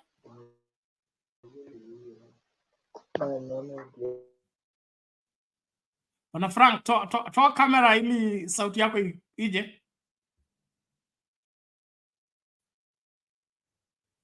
Bwana Frank ako na hitilafu ya net, lakini tunashukuru. Ukirejea utaendelea. Msimamo wetu vipi? Bwana safi kabisa. Hali yako vipi kaka? Tuko salama. Kulikuwa na swali hapa kabla uje. Ni muundo misingi ama miundo msingi? Si muundo msingi. Miundo msingi. Si muundo msingi. Miundo msingi. Ni miundo msingi. Okay, miundo msingi. Infrastructure. Si muundo msingi. Infrastructure. Miundo msingi. Miundo. Asante, si muundo msingi. Tumepona. Watu wa School of Groups walitusaidia. Asante sana kwa kuconfirm. Tulikuwa tuna doubt.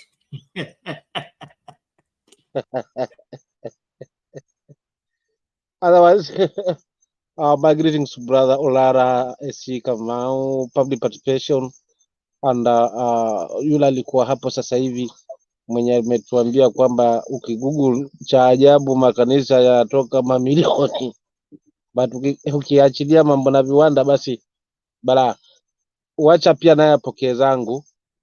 Then vile vile pia kuna wale ambao wako upande mwingine wa pili kule wakiwakilisha SWA wakiongozwa na Madam Fatuni, Brother Gitonga na wengine upande wa comment section kwa kazi safi. Mimi tu nitakuwa na uchache wa usemi kwa sababu mengi tunayazungumza, mengi tunayaona, tunachambua, lakini nitabaki pale pale kwenye msimamo wangu kwamba ni wakati wetu tu wa Kenya wa kuweza kufurusha haswa hii kambi ambayo imekita mizizi haswa wakidhania kwamba ni wakati wa kula minofu. Wakati ule ulikuwa unatabirika kwamba sisi tutakula nyama na utameza mate. Sasa ndio wakati kama huu, jamaa wakila nyama, sisi tunameza mate na tunaambiwa kwanza pesa za El-Nino sharti zipitie kwa commission. Ni ajabu hii. Yaani ukitaka watu wasiopenda masuala na katiba ndio hawa wanaojiweka ndani yao kwamba wanaijua zaidi, kwamba wanaongozwa na rule of law. Lakini ukitazama kiuhalisi haswa kwamba yani hawana haja haswa na hii katiba. Maana katiba na kwake, hawa nao wanakwao, wana njia yao. Kwani maana ya ugatuzi ni nini? Lengo lilikuwa nini? Shabaha ilikuwa nini? Maana mimi kwa uchache wangu haswa labda pingo uchambuzi kuhusiana na suala zima la ugatuzi ni kumrahisishia mwananchi, kumletea maendeleo karibu na yeye, apate huduma karibu na yeye. Sasa hawa commissioner wanaingiaje? Juzi pesa zimetuma, leo zitapitia kwa kesho, na hizo ni lugha gongana. So tafadhali, yani ni kuwaomba tu Wakenya wenzangu, wakati ni sasa, na kama si sasa ni sasa hivi. Tukitaka kupumzika na haya tunayashuhudia, ni tuseme enough is enough. Kama tutaungana kama jamii, kama kitu kimoja, kuweza kusema ni basi tumetokana na hivi vitimbi na hizi sarakasi hizi tunaziona, basi tushamaliza. Maana umeona kama ulivyocheza hiyo video sasa hivi kaka, kwamba mbolea ni ya free, huku naambiwa tumeshukisha mbolea. Maana hiyo ndiyo kazi kubwa ya hii timu ya Kenya Kuisha, wanavyojivunia kwamba wamejaribu kuleta mbolea chini kabisa mpaka around 2500 3500. Kwa hivyo wamepunguza, maana wanaamini kwamba Mkenya atajitengezea chakula, ndivyo gharama maisha ishuke. Na pia hiyo ndo dhana, lakini unaona vile Sifuna ameweza kutumbua hiyo jipu. Naona ndugu yangu kutoka kwetu hapa ameshangaa. Mtanipa kwanza makaratasi tuachambue tuone yanakidhi viwango, alafu ndo tuzungumze, tuangalie kama naweza nikameki. Unajua vitu vingine ni vya waibu, unaguswa ndipo unashindwa kwa kutokea ni wapi. Bwana Bernard, mimi ni kuwarai ndugu zangu, na pia niwashukuru haswa wana Sound Can Talk kwa msimamo na kusema hapa hatutakosa hata siku moja kuweza kulizungumzia taifa.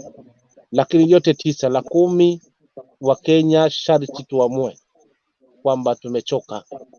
Na jambo la kwanza kuamua ni yule kiongozi uliomchagua kwenda bungeni, karuka viunzi, anza na yeye. Akija kwa mkutano, zomea yeye mtu, mwambie ukweli. Ni bwana Gachagua ni mara 8 amekuja kwa mkutano, tuwazomee, mmeshindwa. Haki yetu at least hiyo ioneshe ulimwengu kwamba wananchi tumechoka. Pili, itawakata shindo kabisa, hata mtu atakuwa na haya mambo tunaona kwa magari tunayataka wenyewe wa Kenya, lakini tungekuwa tuwakomesha kabisa, mpaka mtu ana haya kuingia kwa kanisa, ana haya kusimama kwa juu ya magari. Sasa tuwawache wao, tuna trip za nje ambazo hatuzielewi zinatija gani haswa. Maana watu wakiwa nje wanazungumza kana kwamba nyumbani kuko shwari, lakini ukitazama ni tofauti. Hivyo mimi leo sina mengi kakaangu Bernard, langu tu ni kuwakumbusha ndugu zangu wa Kenya, haswa wazalendo wa kweli na wenye kuitakia nchi yetu mema, na zaidi ya yote kufikiria haswa siasa ya vizazi vinavyokuja. Je, kama hali itakuwa hii ya kina ndugu zangu wachanga kina Malala, je, Kenya hii tutaipeleka wapi? Kwa hiyo ni wakati wetu tuseme enough is enough. Tuanze kuwazomea, tuanze kuwagomea, tuseme hatulipi ushuru. Yani kila wananchi tuna yetu, kila wakipanga hivi tuna yetu, tuwaonyeshe tumechoka. Ulimwengu utaona, na pia tutajipatia nguvu zaidi ya kuweza kusonga mbele, kasa kuweza kuwafurusha hawa jamaa. Maana ni wakati mzuri, tumewajua wote wanaunga mkono hawa mabwana, jua wao pia ni mmoja wao kwamba hawataki nchi yetu mema. Kwa tumekusanya msitu mmoja ni kuwafurusha wote, alafu tutazame mambo mengine. Mimi nitaachia pale kakaangu Bernard kwanza kama ufunguzi tu. Asante.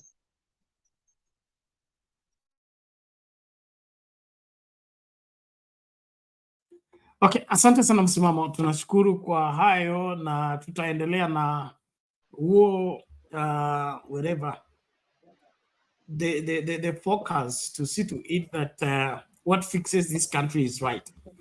And the disturbing issue is having a lying government, okay? A shamelessly lying government. Well, unajua kuna mambo inachosha. Frank, just hold on, tunakuja kwako.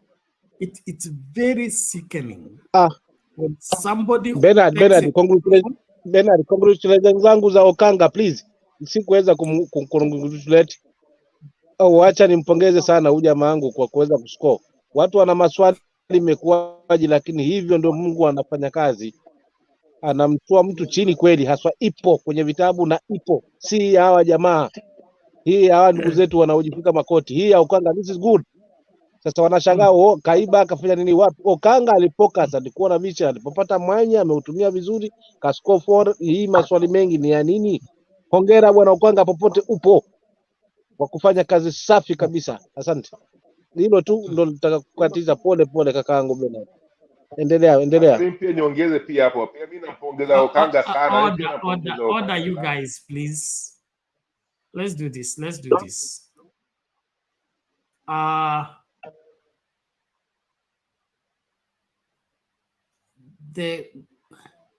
I don't know what is this with Okanga and his results.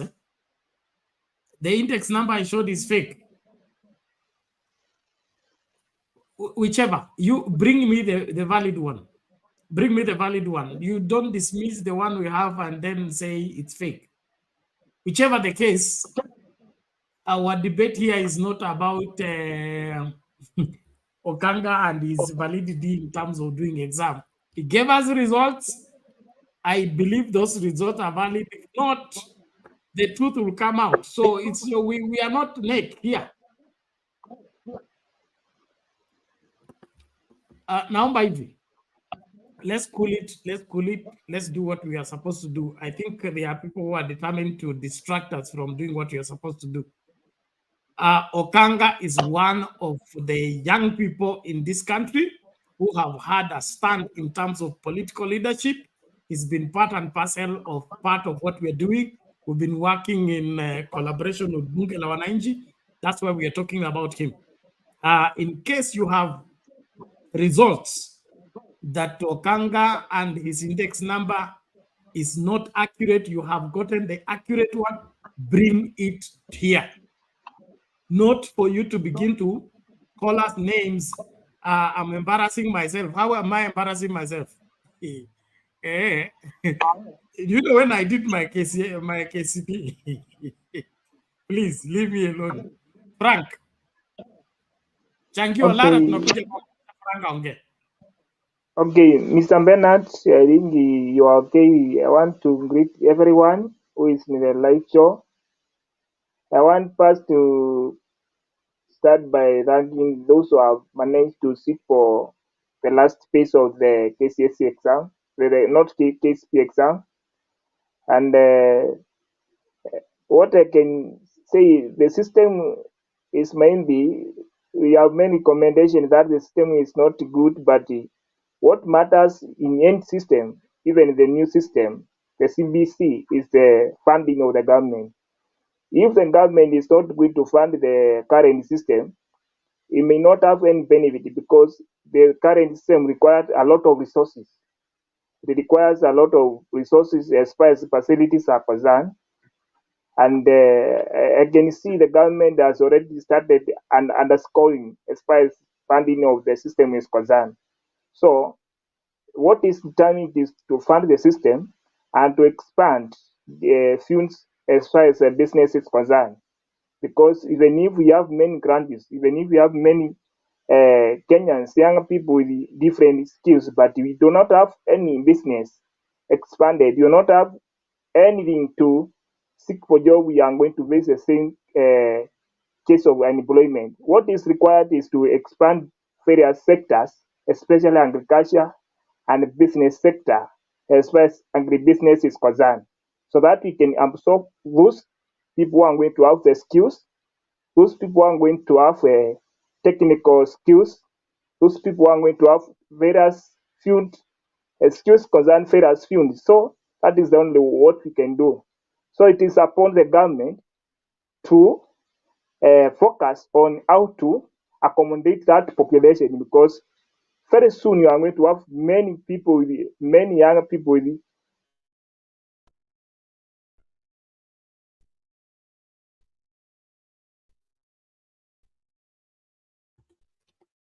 Samani bwana Frank, ni kama tumekupoteza. Pole, lakini naomba urekebishe kisha utakuja kuendelea na pointi yako. Nashukuru kila mmoja anayejiunga nasi katika kipindi. Tunaomba tafadhali tuendelee kukaribishana. Hakikisha uko mstari wa mbele kutekeleza yale ambayo yanafaa. Na katika masuala ya nchi hii lazima tuyarekebishe, kwa sababu nchi iko babaya na kuna wengi ambao wangependa kuamini kwamba nchi iko sawa, na iwe imani tu, kwa sababu kila mtu anaelewa kwamba hii nchi mahali imefika si nchi tena. Ruto hawezi kukaa. Sasa kama wewe huwezi kaa nyumbani, basi unajua kumeharibika. Olara, dakika zako 2-3.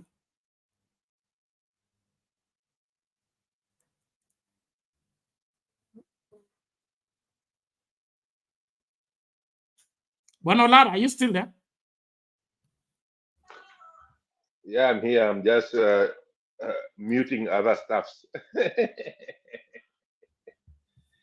Asante sana, asante sana. Mambo ni hayo, na Kenya kuna saizi, ukiangalia vizuri, kuna msisimko imekuja Kenya bila maandamano, na vile mwenzangu alisema hapa, tulishaguana kule majimbo, vijimbo na vijivizi, MCA, women rep nini. Sasa wakija kufanya ile siasa ya kawaida ya kusema kwamba wanalaumu Raila, wanalaumu Uhuru, wanalaumu nani, wanalaumu BBI, wanalaumu nani, wote wakija pale na tusiwabague. Kama ni wetu wamefanya vibaya, tunamwambia. Akiongea mbele yetu tu, hata kwenye mazishi, tumzomee, tuwazomee. Hata akija baba askofu ambaye alisaidia kuweka hiyo serikali, akiongea anza kuomba Mungu, tumzomee. Tuzomee watu wote ambao walishiriki kwa hiyo khiana, kuwadhulumu wa Kenya. Sisi tumedhulumiwa miaka nyingi sana, na saizi ni wakati tuongee na tuwe na maumau mpya, yaani mzungu aende, mwafrika baki. Hizi mtindo hiyo, tunadhulumiwa na nini? Na sheria. Wanaenda kwenye bunge, Kimani Ichung'wah yeye alipitisha deni ya taifa iwe mpaka trilioni 10 sasa, na yeye ndo mbunge ambaye amesimamia wa wingi kule bungeni. Anatoka pale anasema kwamba serikali iliyopita ilileta madeni, na yeye Imani Ichung'wah mwenyewe ndiye alienda kwa bunge akapitisha mswada kwa nguvu na mabavu. Alikwenda pale, aliongea vizuri sana, watu walipigwa. Kuna wabunge walipeleka paka magerezani, kuna wabunge wapeleka DCI wakafunguliwa makesi za zamani. Alipitisha kitu pamoja na wakiwa yeye na Ruto na Aden Duale, walikuwa wote wale walipitisha hiyo kitu wakiwa na Uhuru mwenyewe. Sasa tukilaumu, tuwalaumu wote, tuwazomee wote. Kenya sio kitega uchumi ya wanasiasa. Maana yake nini? Siasa si uchumi. Uchumi wajenge viwanda, wajenge companies, wajenge kitu, lakini msio mko pale kwa sababu mchukue. Chararige amemchambua leo mwenzake huyu Murkomen, akasema huyu ameenda amechukua 100 million bribes. Unasema Ruto ajui 100 million bribes imetoka wapi? Ruto anajua hiyo pesa imetoka wapi. Murkomen alikuwa ni representative wa Ruto pale. Alafu biashara inafanyika wapi? Inafanyika kwenye national debt. National debt. Kurudi tena kwa hiyo mambo yako kusema ipeleke wapi? Kikatiba Ruto marehemu Kibaki alikubali Chief Act ibakie kwenye katiba. Kwa nini? Aliwajua wanasiasa. National disasters happen when you throw that money to governors. MCS will be involved, governor will be involved. There will be a lot of politics there. When something is declared national disaster, ni atakaye nini? Ni jeshi polisi na wasaidiwe nani? Wasaidiwe na Red Cross, wasaidiwe na hizo non organization ambayo they can distribute the aid fairly. Lakini ukipatia magavana wataanza kujiboresha, wataanza kusaidia ma MCA wao. Mimi kwa upande hiyo nafikiria na support wacha nikukatisia hapo. Wacha nikukatisia hapo. Ngoja kwanza. Ni changamoto. Mimi napatia changamoto tu. Usinikatie na kore changamoto alafu ndo mazungumzo ya moto. Ngoja kwanza. Sawa. Mimi niko na historical facts. Napenda sana. Okay? Historical facts. Wakati tulikuwa na COVID-19, when Uhuru Kenyatta was president, there was a harmonious coordination of ensuring that the situation and the crisis is dealt with accurately. There was a high spike of COVID-19 in Mombasa County specifically, okay? And the coordination between the county government, the national government, the security, whatever structure, they coordinated things very well to contain the situation. It is wrong for a national government to be afraid of working with county government in the pretext that how wataenda kujivinjari. The county government has a responsibility. They have their disaster management sector. All they need is to be empowered. If worse comes to worse, deploy KDF there as support. Like the Northeastern, they are crying. All the bridges are what? Have been taken away, or the road is impassable. What are the KDF doing in the camps right now? They should be deployed there to fix a temporary bridge or something like that, so that aid can reach to people. That aid was dispatched 7 days ago, is still on the road because the road is impassable. What we are seeing here is not even national government being afraid of county government. It's just a system that is hell-bent to fail, and they want it to fail. That is why it's not working. Like, mimi kile mimi naona hapa ni kiongozi hakuna. Kiongozi ndio hakuna. Kwa sababu hii kwa hapa ni sarakasi tu. The comedians, they are playing games with the lives of Kenyans. But the best way to go about developing this country is to ensure that there is harmonious coordination between county government and national government. And whatever national government needs to do in the county needs to be through the county infrastructure.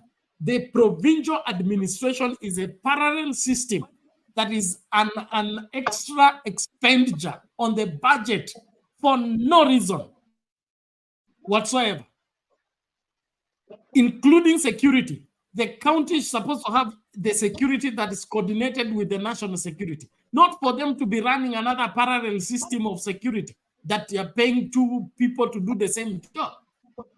So hii maneno ya kuogopa kwamba county zikifanya kazi itakuwa popular, governor akigawa chakula atakuwa popular, governor akisaidia maskini itakuwa ngumu kumtoa. That is the madness that is going on in the minds of these sick people. Lakini which governor is going to go for holiday when there is floods and his people are being carried away by floods? Mimi hapo sioni. Samahani lakini. Now I take you out of trenches now. This is how the debate should be hot. You see the reasoning you brought out here. If Gachagua had a sense of it, I think maybe Gachagua is playing policy with it. But what I understand also is our politicians also like to eat. Sasa, if it's coordinated and all the organs of government is watching over those monies, including anti-corruption, including the police, including all the investigative agencies, we meant well for our people. The budget could be even halved to help those people. Because now, for instance, the defense, Minister of Defense, including our army, if they're in Somalia and then a bridge between Moyale Nairobi highway is broken down, why not the aid should be almost a national, declare a national disaster? Then the army comes there with their capabilities, with their all staff to facilitate the locals. We have never seen that.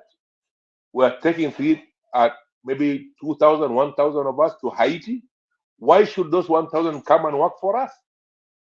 You see, a displaced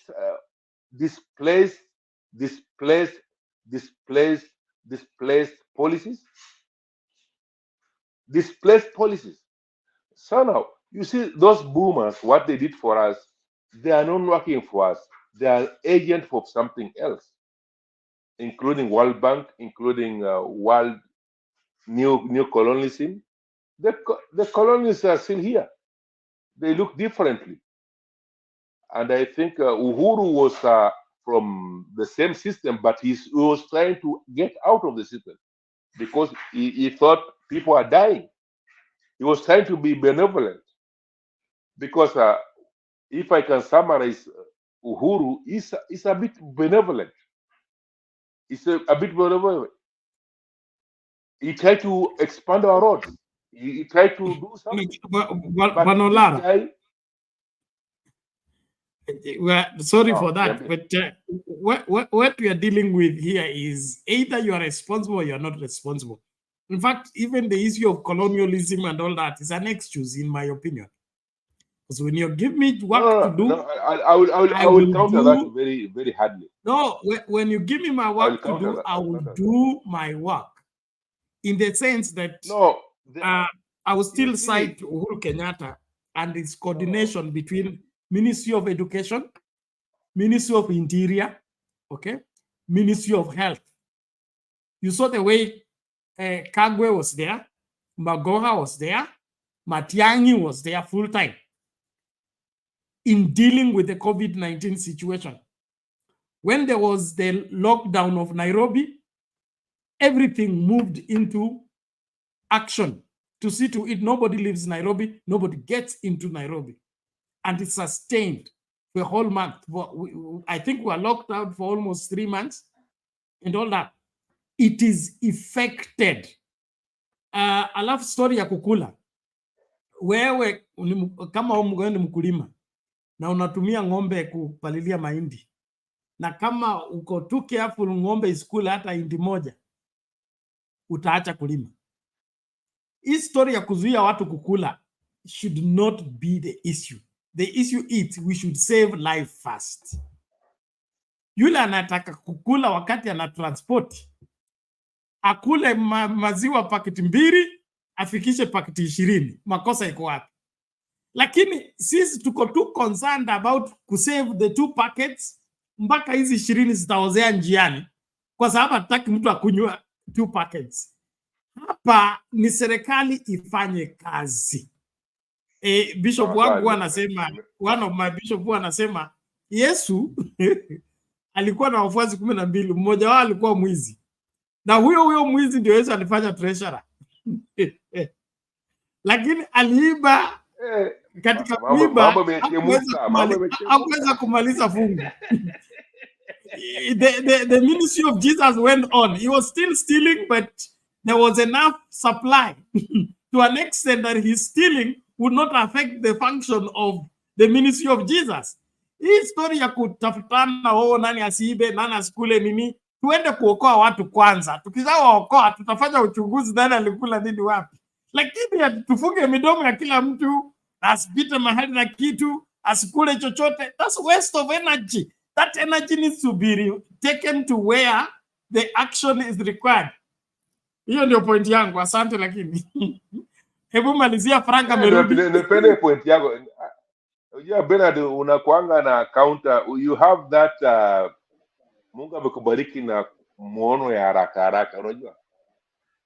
Na hiyo muono mara nyingi ni roho yako, sio masomo umesoma ama nini. Ni vile unahurumia mtu. Unajua kama Ruto angekuwa na roho kama hii yako ya kuhurumia mtu, haki ya Mungu na hapa tu kwa jina ya Mungu, hata kama ni Buddha ama nani, lakini kwa jina ya Mungu, hakuna Mungu anakuanga na roho mbaya ya kukataza msaada isifikie mtu. Watu manyumba zao zimefurushwa, watu hawana mashule, watu wamedidimizwa, halafu wewe unasafiri tu unapita juu yao.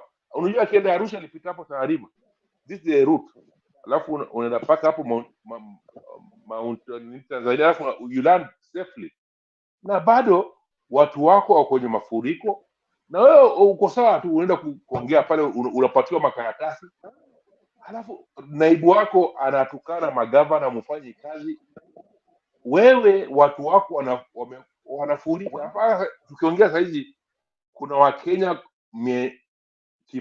upande nchi nyote hapa, mazao zimeisha, hawana chakula kwa miezi mingine 4, hawana makao kwa miezi mingine 6, na mashule zao zimekwisha. Alafu wewe president, unajua disaster sio kufa, ni ile infrastructure iko hapo. Watu walikuwa na makao hapo, hawana makao sasa. Watu walikuwa na mazao hapo, hawana mazao.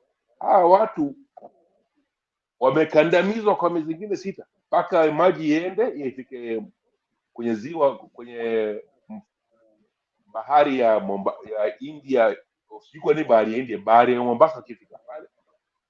Alafu sasa baadaye uje hapa unapiga siasa kwenye gari na kwenye ndege na kwenye airport ya wazungu, na baada ameenda paka kwa Sania pale. Ataambia Sania nini pale? Atasema mafuta yenu mbona iko chini, si umpandishe pia nyinyi hapa.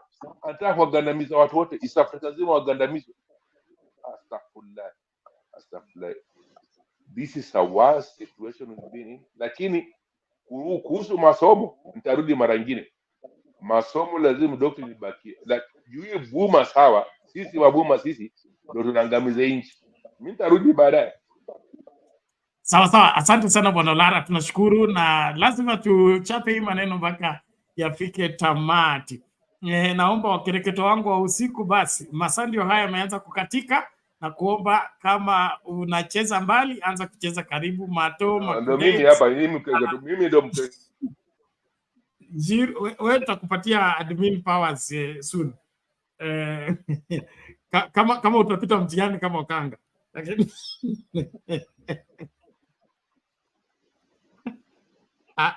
asante sana.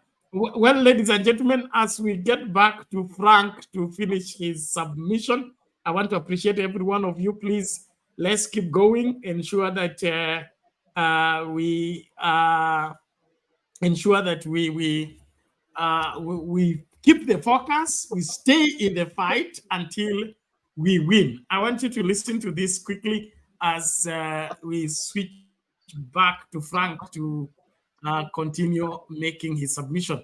Listen to this former speaker. Member of Parliament before he became a deputy president. But I know he's been there only for 1 term as a member of Parliament before he became a deputy president. But for God's sake, he needs to do better than that. You can't run, your mouth the way he's doing it right now. You need to do your own research, go back and do the needful. He's a heartbeat away from the presidency of this country. God forbid, but if anything were to happen to William Ruto, he would be our president. With that kind of a material, telling that the governors go and take care of yourselves and plan for it, how? How do you plan for it? What can the governors do? What assets do they have to mitigate such a situation where they cannot get to an expectant mother or a delivered mother? Do they have helicopters? Do they have, what do they have? By the way, let me ask you. There's nothing that they have that can address such a situation. This is bad. So at this particular point, what are this particular point this government has done? I mean, this is literally going to be the litmus test for the way we're going to deal with this government in the future. Because this is a failure, total, absolute failure. In the first case, I don't know where the advice came from, or whether the president himself is the one who chose to talk like that. He says there'll be no El-Nino. In a way, you literally have told the international community to stand down. And then we get an El-Nino worse than any El-Nino we had before. The last time we had a serious El-Nino was in 1997. It's nothing like what you have right now here. It's probably half of what you have now.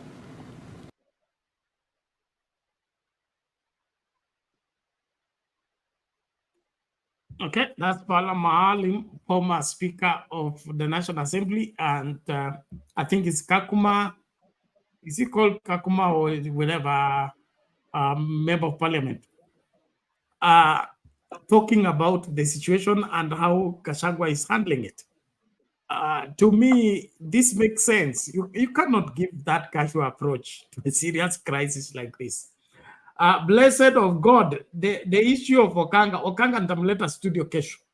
Kama uko na maswali na vile alipita mtihani akopita, ama uko na information kwamba ile 401 is not true, bas tusubiri atakuja atueleza, and then mimi nitafanya uchunguzi wangu behind the curtain. I will give you the verdict.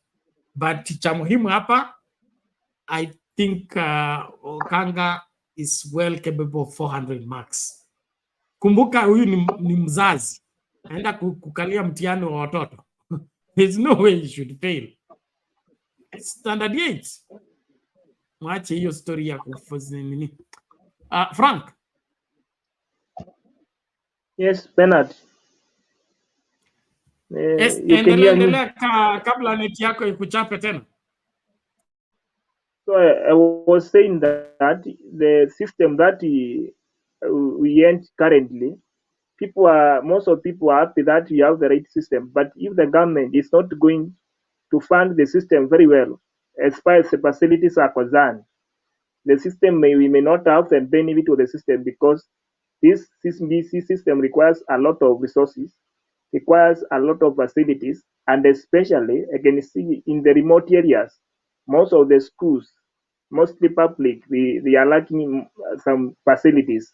So, in fact, the system is very good, but the government, it is upon the government to take the responsibility and actualize what is better for our learners, so that we can have the right people. Because I can see most of people are saying the issue of unemployment is now be another story, but the issue of unemployment cannot be solved only by the system unless the government is going to come up with the right plan to develop various fields as far as business is concerned, as far as agriculture sector is concerned, and the other areas, so that we can have the workforce that can absorb the leavers or grantees. But I think that cannot be happening. We are going to have the same the government of the Ruto, the government of traveling, the government of going to Germany to look for jobs. That is not the kind of the government which is going to prepare for the coming population from the CBC. If you get me clear. Lastly, what I can talk is about the Gachagua. Gachagua, I have said yesterday that the man cannot be, is not competent, in fact, to coordinate the issue of the El-Nino. I wonder when the Ruto was going to give, when the Ruto was giving Gachagua such kind of responsibility, Gachagua cannot do anything. It is a total failure. You not see anything, whether DC or county commissioners, whoever is going to be coordinating that, nothing will come from there, because the guy is incompetent. Remember, he was fired because he was not honest, he was not accountable, he was not transparent. He's just a criminal. And when you see the Gachagua for 5 years that he was an MP, he did not table any bill in the parliament, even he could not appear in the debate. So this is a very incompetent senior leader in the UNDA, that is Kenya government. So I wonder when people are saying Gachagua is just trying to organize how they are going to dish the money. In fact, that are being allocated for that program, because we know El-Nino is a national program, but there must be collaboration with the governors. The county government should collaborate with the national government, so that we can marshal the plan and reach the grassroots to reach the areas where they are affected. But the issue of taking commissioner, in fact, the commissioner is a very junior person as far as the governor is concerned. Now, between county commissioner and governor, who has the resources, who can boost the national government, who can come with the right policy, who has the right facilities, which can be incorporated the national government to reach the grassroots. Just the county commissioner is just it's part of the office of the president. Talking about the chief, those are just very mere employers of the office of the president. So I wonder, when you are trying to see Kajawa now, can you work with the county commissioners as a team to solve the issue of the El-Nino disaster? That cannot work, and it is because you want to reach the money. That is why you are seeing the governors may take a lot of money, so what is going to be left is very little. Now you want to use county commissioner so that you can get a large share in that program. That is what I can say. So lastly, I want to say that let us be very vigilant to people like Kashawa, who are just using narrative and propaganda, but they are not in any, they cannot perform anything. And people like Malala, they are defending the government, and those are people who have failed. Those are just used as flying monkeys by the Ruto. I have said recently, Ruto has channeled all the resources to his state. That is why he's dictating what can be done.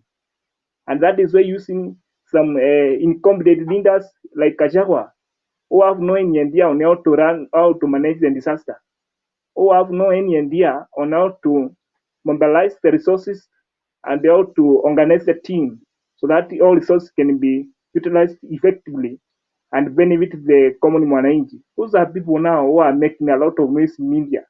I wonder, if you are serious, you cannot have time to go to the media from breathing. You have to get to the duty so that you can see the results. The issue of breathing is not a strategy to come the rapid outcome of the disaster. So we must monitor such kind of leaders who are just useless leaders, who cannot do anything perfect, who are incompetent for everything, even talking. So I want to reach at that point tonight. Let's meet next time. Okay. Asante sana Bwana Frank, nashukuru. Thank you so much for every effort you make to be part of the conversation and sharing your wisdom with the rest of Kenyans. Tunashukuru tu sana. Mungu akubariki. Tutazidi kuendelea pamoja. Well, ladies and gentlemen, as we continue with the conversation, it's 5 minutes to 1 o'clock East African time. Kwa wale ambao wanapaswa kuendeleza kipindi, tunaomba tafadhali muanze kuchezea karibu, kwa sababu masaa ndio hayo. Cha muhimu hapa sio, kuna wale ambao wako determined to find fault with the Okanga's results. Nimewaambia tulieni, kama kuna uongo utajulikana. Kuna jamaa hapa wacha nicheze tu video yake tuone vile naye anadai ya kwake. Okanga, he was just one of the many students that did the exam, and if there was cheating on Okanga side, itajulikana. If there isn't, squeezy information is everywhere and all the time. So tuache mambo mingi. Nuru Okanga wa Kenya mzima amekuwa namba 9 kwa hii mtihani ya KCPE. Kwa kaunti yao Nuru Okanga akakuwa namba 1. Shule yao akakuwa namba 1. Nuru Okanga ameshinda mtoto ya Gachagua kwa hii mtihani. Nuru Okanga ameshinda mtoto wa Ichungwa kwa hii mtihani. Wakina Ndini Nyoro watasema nini? Wale wenye walikuwa wanapinga watu wazimio wote, sasa hivi wanasema nini? Nuru Okanga ameshinda hadi mtoto wa Gachagua. Mwenye saizi ni CS wa education. Saizi mnaanza kusema Nuru Okanga ameiba mtihani. Nyinyi wakati Nuru Okanga alikuwa anaiba mtihani, watoto wenu walikuwa wapi? Si watoto wenu pia wangeiba mtihani. Congratulations Mr. Nuru Okanga. Walikuwa wanasema composition yako iwekwe watu wasome, kila mtu asome. Insa yako iwekwe kila mtu asome. Nuru Okanga amepata max 4.1. Na hata hivyo waja mark hiyo nini yake ya Nuru Okanga. Niseme composition ya Nuru Okanga ijamakiwa. Insa ya Nuru Okanga ijamakiwa. Nuru Okanga alifaa kupata 490. Tunataka marks yake ya 89, hizo 89 marks tunataka irudi. Asante.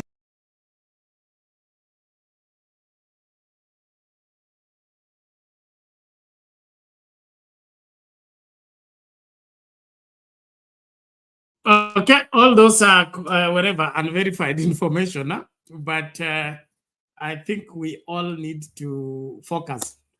Thank you, Tony, our permanent secretary. It is Dadaab, member of parliament, wa Dadaab, Farah Maalim, is former speaker of National Assembly, and I think Marende.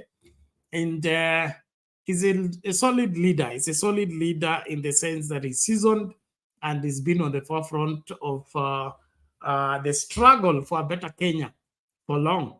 And look at the way he's taking serious the situation.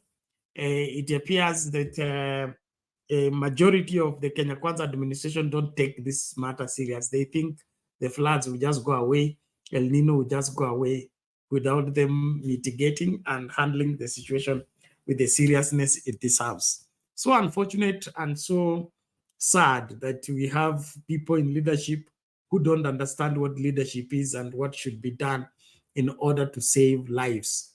To them, losing a life because of floods is nothing. And don't forget, the reports have it, we have already lost over 70 people in these floods. But look at the way they are reasoning, look at the way they are going about it. It's as if nothing has happened. And so this irresponsible, careless government is good for nothing. It just needs to be kicked out of office because we will not save life treating life like this. And look at Ruto, is in today, tomorrow is out, is in today, tomorrow is out. Such a person, how will he going to build the country? How is he going to handle the situation in the country? Kenyans just need to get serious. Let's stand strong and stop the evil in our land. I'm happy public participation is here. Public participation, I'll give you opportunity to make your second part of your submission. And I'm waiting for Mato, Alexio, nani mwingine, Njiru, njooni, masaa ndio hayo. Mimi nang'atuka muda wangu ukifika. Public participation.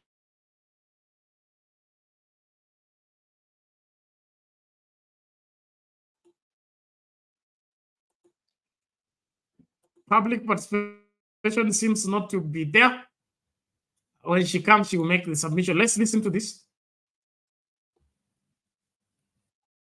I'm lost because the minister has come to this house with a casual answer, describing stories of aircrafts, size of aircrafts and things, which has nothing to do, Mr. Speaker, with the question that I raised. This casual answer, Minister, you know, you and I, we enjoy leadership positions in this government. We can talk to each other here and talk to each other behind the tent and talk to each other in our private offices as we do. The purpose of this question, Minister, is for us now to bring it in the open to the public in Kakamega to know the progress of this project. The seriousness, Minister, is that 611,000 people voted for President William Ruto against 955,000 for Raila Odinga. There was work that was done. And now, when you treat us casually like this, you know that on 8th of December 2022, the president came Senator to Kakamega. Boni, can you be very specific on your question? Mr. Speaker, sir, because he was casual. Know the history of the voting and what happened? Yeah, I've left out history of Just voting. go specific. Your indulgence. What you lead need to be addressed. Mr. Speaker, your indulgence, please. If I don't do this, I'll lose this house, I'll lose the public. Mr. Speaker, on 8th of December 2022, the president came into Kakamega and launched this project, and alongside it, commercial aircrafts, which have been ongoing. He came again, Mr. Speaker, on 18th of June this year, and announced the construction of an apron at 50 million shillings. The minister knows. And lastly, Mr. Speaker, on 25th of August, the president stayed in the county for 5 days, and this was the project. So I was expecting the minister was coming here to tell us only two things. When is the payment for residents going to commence? Because from that time last year, they stopped doing end development. They know they are moving out. And two, to tell us when is the construction starting. That is called, Mr. Speaker, Mr. Speaker, sir. Pertinent questions, and I think they are very indirect. Yes, Mr. Speaker. Mr. Speaker, I feel extremely offended that this is how we are treating the public that gives us the same money that we use to develop projects. You wait for the answer, Senator Mboni, and then you can maybe react later on. The Speaker, Mr. Speaker, of course, I have maximum respect for the Senator Halwale, not just because we serve together in this chamber, but because he's at the top leadership of this administration. The Speaker, I have given the answer, and that is the answer. The answer being, Mr. Speaker, that first, we can't go beyond 1.4 kilometers. The international standards that are observed for establishment of an airport, Mr. Speaker, tells us that in terms of the approach to that runway, we can only accommodate 1.4 kilometers. And to do so, Mr. Speaker, we must acquire land. I spoke to Governor Barasa this morning on the same issue, Mr. Speaker, because Senator Kalwale knows one thing, that in the said meeting, the county government offered to acquire the land. And Mr. Speaker, that is why there was a meeting between KAA, KCA, and county government. The answer is very clear. It says, Mr. Speaker, that the acquisition of land can only be achieved under the law through the National Land Commission. Mr. Speaker, the answer is also very clear, that to achieve an international standard, a different place must be sought to establish an international airport. An international airport, Mr. Speaker, cannot be built in the location where we have, and with the expansion that is needed, it would require billions of money to even try to move people. Mr. Speaker, that is our government, Honorable Kalwale. That is the situation we found ourselves. It requires, you were in the meeting. You were in the meeting, Mr. Speaker, and the answer of, Mr. Speaker, 400 million was required in the discussion in the meeting for purpose of, Mr. Speaker, expanding. The county government said that to acquire that land, they need 400 million from KAA and the national government. The president made it clear that the support would be needed, Mr. Speaker, for purpose of expanding that land from a partnership with county government. So, Mr. Speaker, the Honorable CS cannot come to the chambers and August House, a very respectable house, and give an answer that is outside the technical advice that comes with the specification of what an airport looks like, Mr. Speaker. But I appreciate the passion that with which Senator Kalwale is prosecuting this matter. It helps my ministry. If it was possible that Parliament appropriate some money for purpose of that acquisition, if that passion also can be channeled to the National Assembly to look for the resources, but we know the circumstance under which we are operating, Honorable Kalwale, that we must keep certain level of fiscal discipline because of the challenges we have as a government. I thank you, Mr. Speaker. Thank you.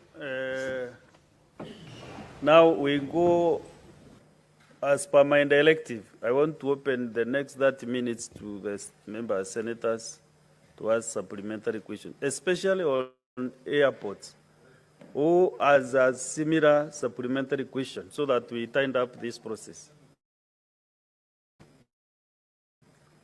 We ask your supplementary.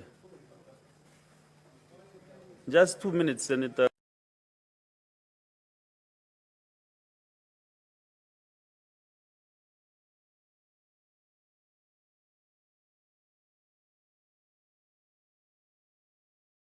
out Deputy President Rigathi Gachagua over his earlier assertions that funds to mitigate the effects of the El-Nino rains had been released to the counties. In a curious walk back on his words, Gachagua has told off governors, saying it is up to them to look for resources from within their current budgets to match efforts being made by the national government. Gachagua now says that 2.4 billion shillings has since been released to affected areas to be administered through county coordination teams. We begin our broadcast with our very own Sam Gitiku. Mimi namwambia gavana wa hapa Bwana Nasil, utoe miguu kwa gunia. Uweke vijana wafungue mitaro, maji iweze kutembea. Hamna ndururu, hata wacha ndururu. Ile pesa za zamani zile za kutoboka pia hamna hata moja pesa ya El-Nino iliyoweza kufika katika Mombasa. The war of words between the deputy president and the Mombasa governor appears to have rubbed the governor's fraternity the wrong way, pushing them to releasing a joint statement. On Tuesday, Gachagua claimed that up to 10 billion shillings had been sent to the counties. Katika National Treasury tumewachilia pesa kwa gavana zaidi ya shilingi bilioni 10 iko pale, na tunataka wananchi walishwe na wachungwe mambo yao. To date, we wish to state and clarify that county governments have not received any allocation from the national government to go towards mitigation measures for El-Nino. The El-Nino rains have been pounding various parts of the country for weeks now, leaving lives and property destroyed, households displaced, and livelihoods threatened. And as those affected await assistance, the two levels of government are reading from different scripts. There has been a misconception that some county governments have been waiting for the national government to give them money for this intervention. We are therefore a little bit shocked when we see governors complaining that they are yet to receive money for El-Nino from the national government. Such money is not forthcoming. Gachagua says that the national government will run its own response plan, hoping the county governments take cue. They are expected to use emergency money within their financial provision and to reallocate money within their budget to intervene for the people that they govern. To do so, Gachagua says the national government has already released 2.4 billion shillings to the response program. The national government would provide funds through the county coordination teams. The development partners and humanitarian agencies will do the same, and we expect the county governments to do the same.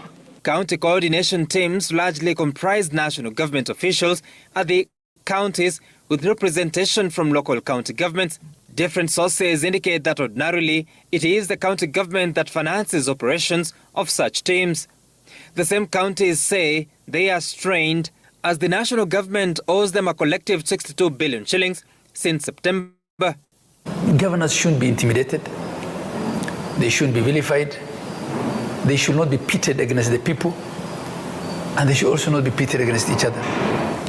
We take the position that such utterances are against the spirit of collaboration and cooperation with county government as envisioned under the provision of Article 6(2) of the Constitution. National Treasury Cabinet Secretary Professor Njuguna Ndung'u says the government is experiencing a cash flow crisis that could explain the delayed disbursement of county funds. We are facing short-term liquidity crisis, but it's not a solvency crisis.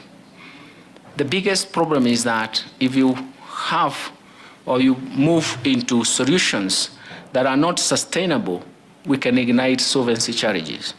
And that becomes extremely difficult. For now, victims of floods wait for help as county governments wait for funds from the National Treasury. The Treasury, on its part, waits for cash flow stability as the rains continue to pour. Sam Gitoko, Citizen TV, Nairobi.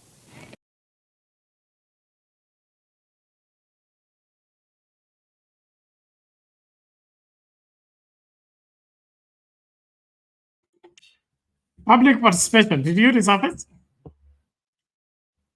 Wanalara, you get the picture of your government?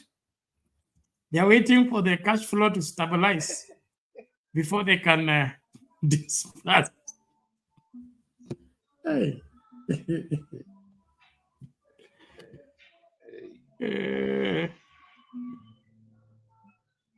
Hey, Bwana Lara, tumekufa. please. Yaani ati nyumba imeshika moto, wewe unasema unangoja maji stabilize kwa mtoni ndio mazima moto ishike.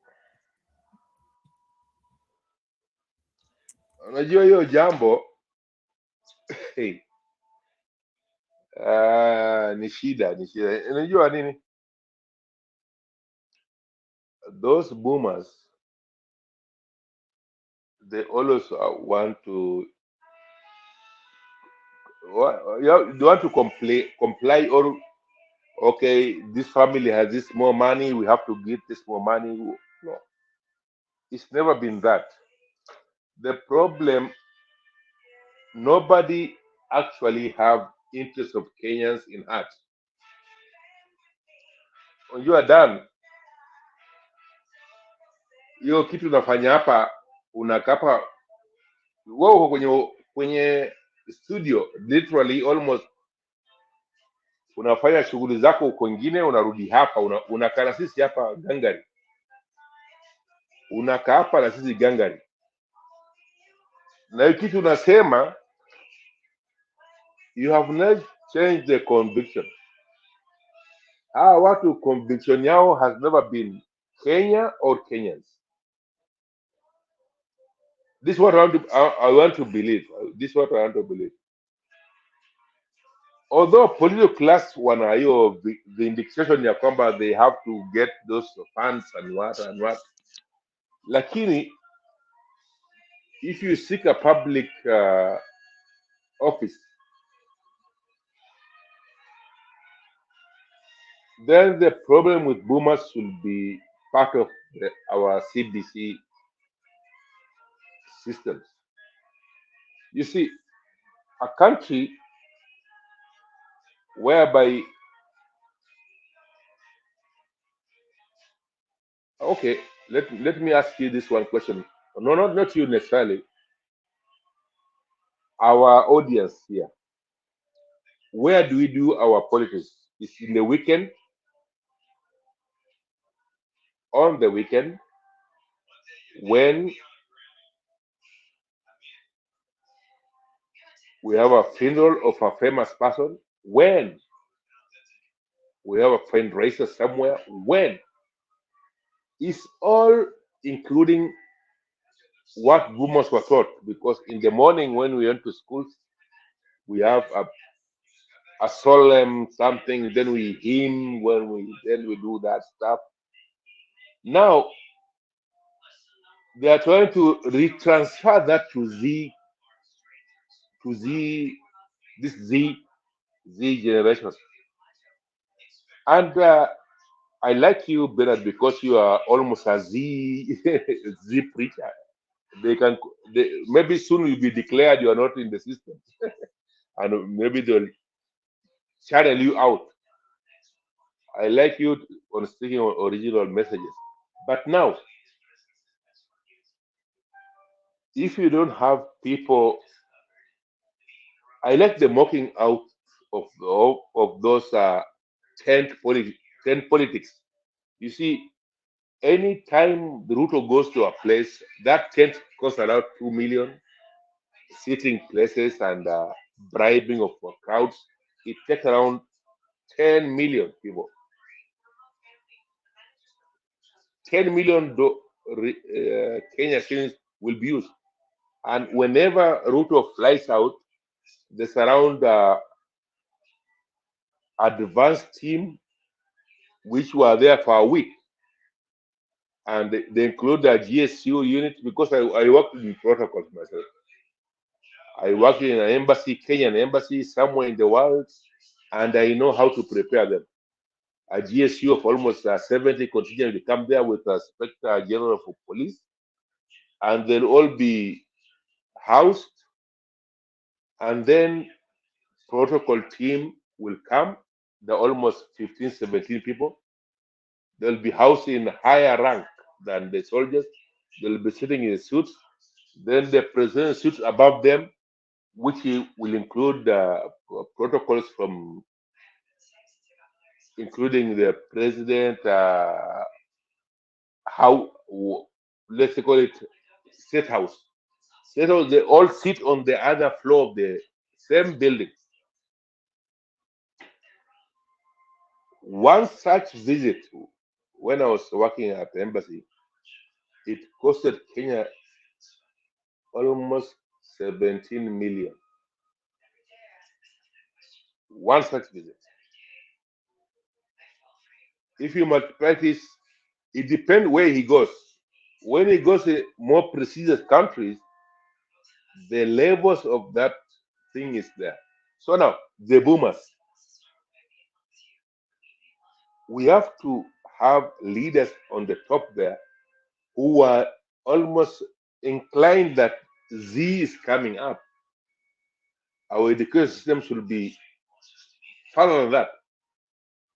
Chinese are TikToking.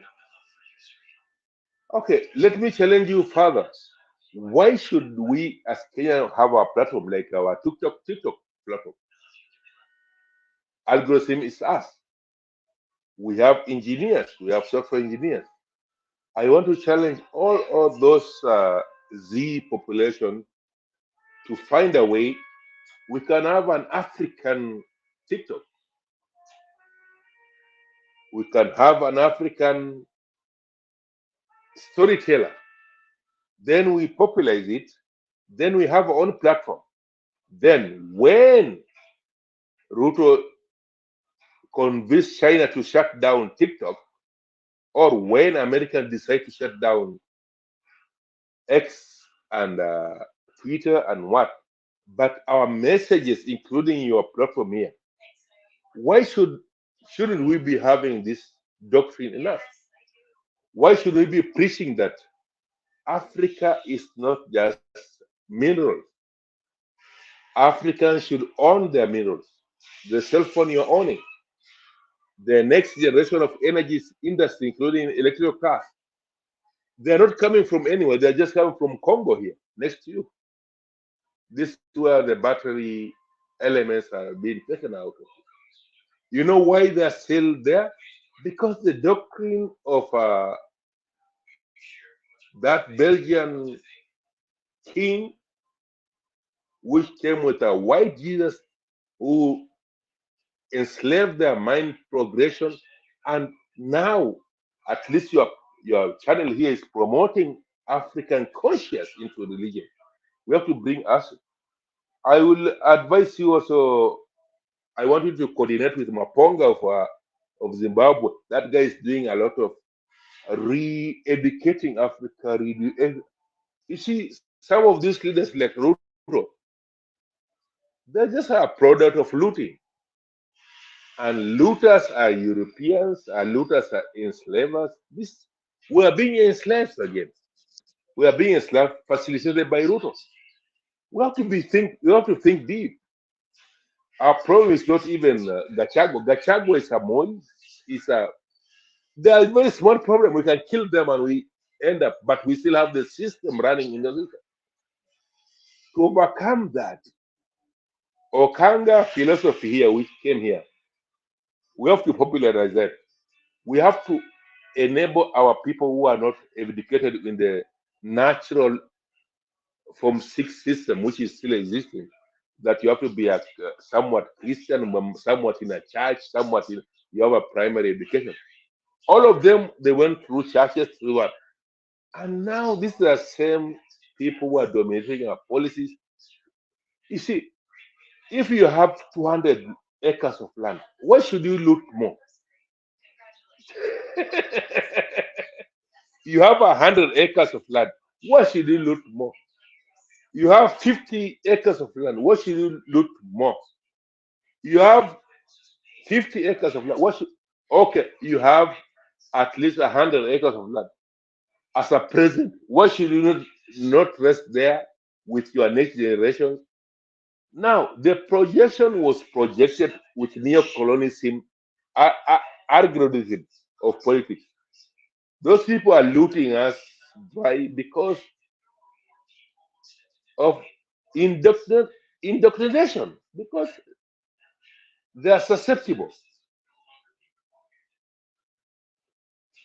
Uhuru came from the same system, but he was trying to be benevolent. But Ruto is a original one. He just conflicting. Is submissive to an extent. Okay, I can submit another 2,000 Kenya to go and die. Please give me that. Give me that. It took him almost $1 trillion of $1 trillion Kenya shillings of loan. Do you know to subsidize El-Nino is only what? Not 10 billion. Only 3 billion can take care of every Kenyans. Move the military from their camps. Let them breach all any unclogged roads in the Nairobi. Take the military out. Supplement them with overtime.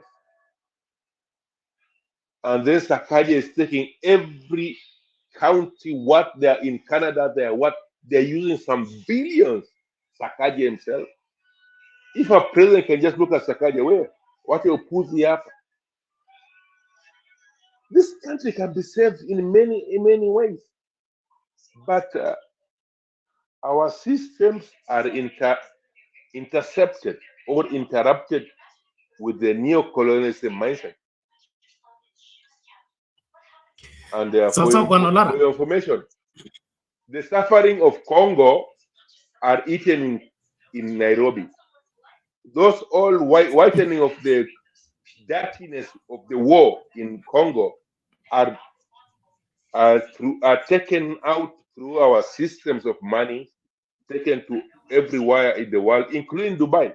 Dubai is not a good place. Dubai is a siphoning of Africa. This capital is there because of siphoning out the resources out of us. No, I'm deep now. I'm deep now. Dubai is not an example for anyone, and Shanghai is not an example for anyone. We need to get to our essence of governance. Asante sana. And thank you for allowing me to spit my stupid. Your deep points. We appreciate it, and we'll get to the bottom of it. Let's build up our understanding.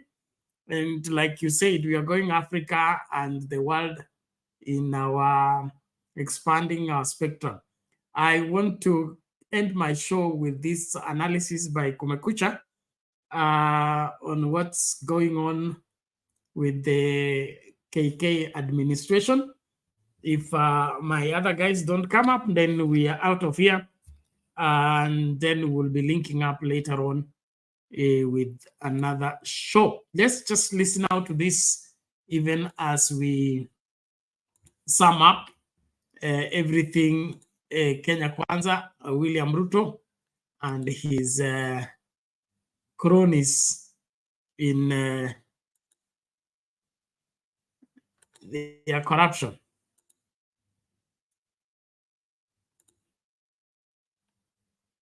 Drama. Hey. Drama bin drama, Arab drama, Said drama, Nyar drama, si drama. Hey. Zote pamoja. What is happening in Kenya? What is happening within UDA? This is totally unbelievable. In the latest red-hot development, Nandi Senator Samson Cherargei has come out and accused his fellow UDA insider, Kipchumba Murkomen, of taking a bribe from the Chinese. A bribe of, wait for this one, 100 million, not Kenya shillings, US dollars. Now that is a lot of mandazi money. That is serious mandazi money. You know, there's mandazi money which you and I handle every day. And there is serious mandazi money. Not only that, Cherargei has told us exactly where the money is. And he has given us more details. It was paid in 2 installments. Hey!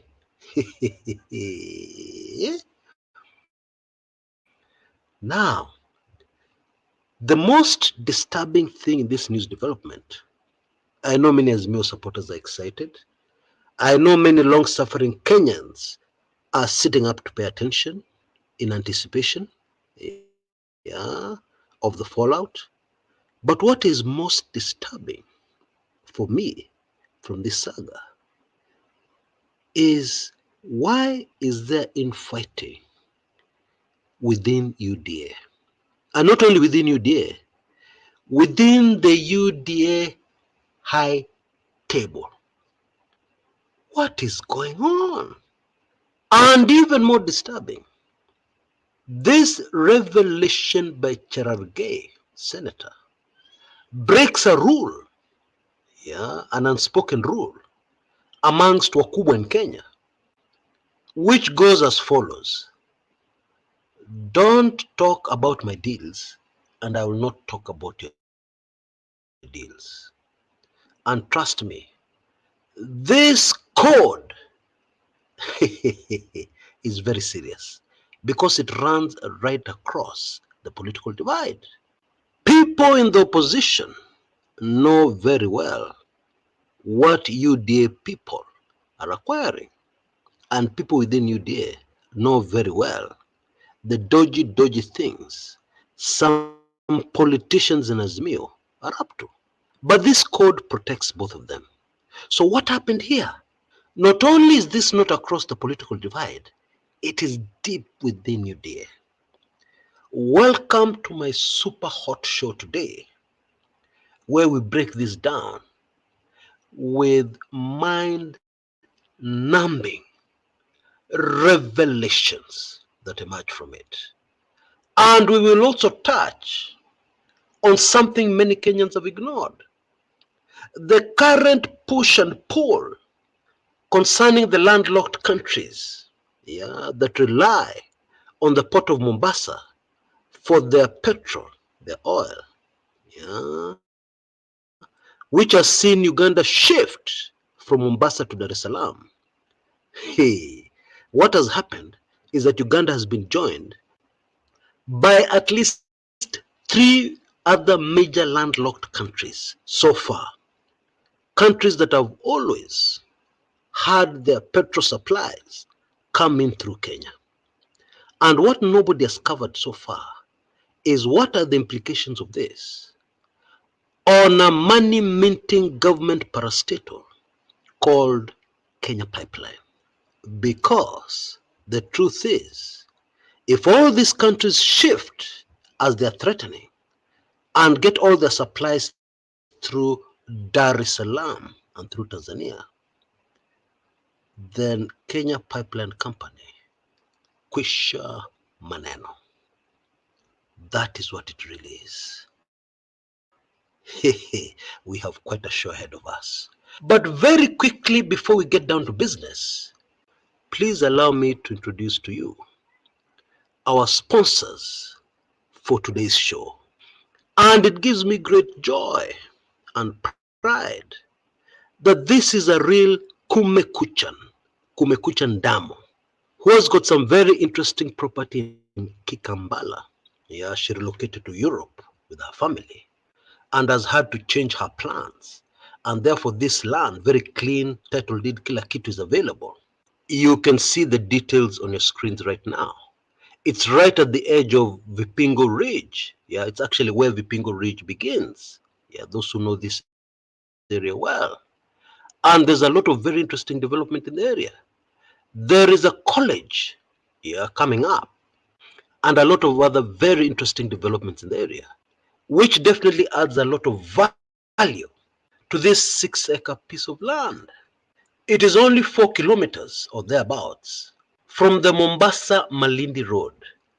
And the photograph you see on your screens right now was taken from the other side, where there's a Maram Road that joins the Mombasa Mariakani Road, that's on the other side, at a place called Kaloleni. Everybody coming to Mombasa passes a large shopping center called Kaloleni. I'm sure most of you remember. And therefore, this piece of land is in a very strategic place, with access both to the Nairobi-Mombasa Road and the Mombasa-Malindi Road. It is a free leasehold, and this Kumekuchan is asking for only 8 million per acre. Of course, you can contact her and negotiate. And for now, she only provides an email address, which you can see on your screens right now. Based on what I know about this area, if I had that kind of serious mandazi money, I would not think twice. Personally, I would go for this quickly, because there are many, many, many very exciting things you can do here. Right, back to Cherargei and Murkomen. Nakwambia hii maneno imekuwa mazito kweli kweli, mazito sana. But maybe we should get this Kenya pipeline manenos out of the table first, because it's very brief.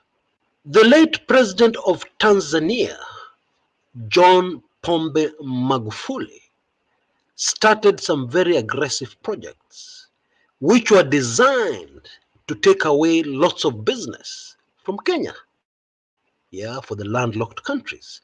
A very smart strategy. And until this point, that brilliant initiative by the late Magufuli had a few hiccups here and there.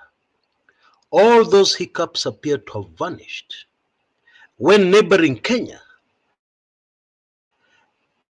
came up with a monster called Finance Bill 2023.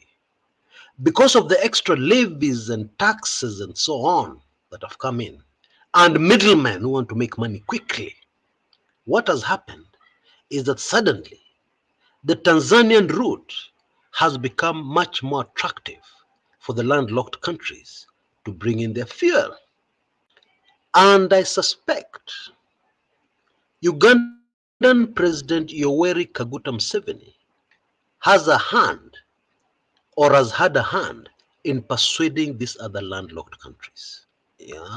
For a very simple reason. The Tanzanian route is new. It has to be developed. Those people who want to use it have to fully support that route for it to take off properly. But the headline news here is that as we speak, it is cheaper for a landlocked country to import their fuel through Dar es Salaam. Okay? That is the truth of the matter currently. Which brings up yet another very disturbing point that I want to share.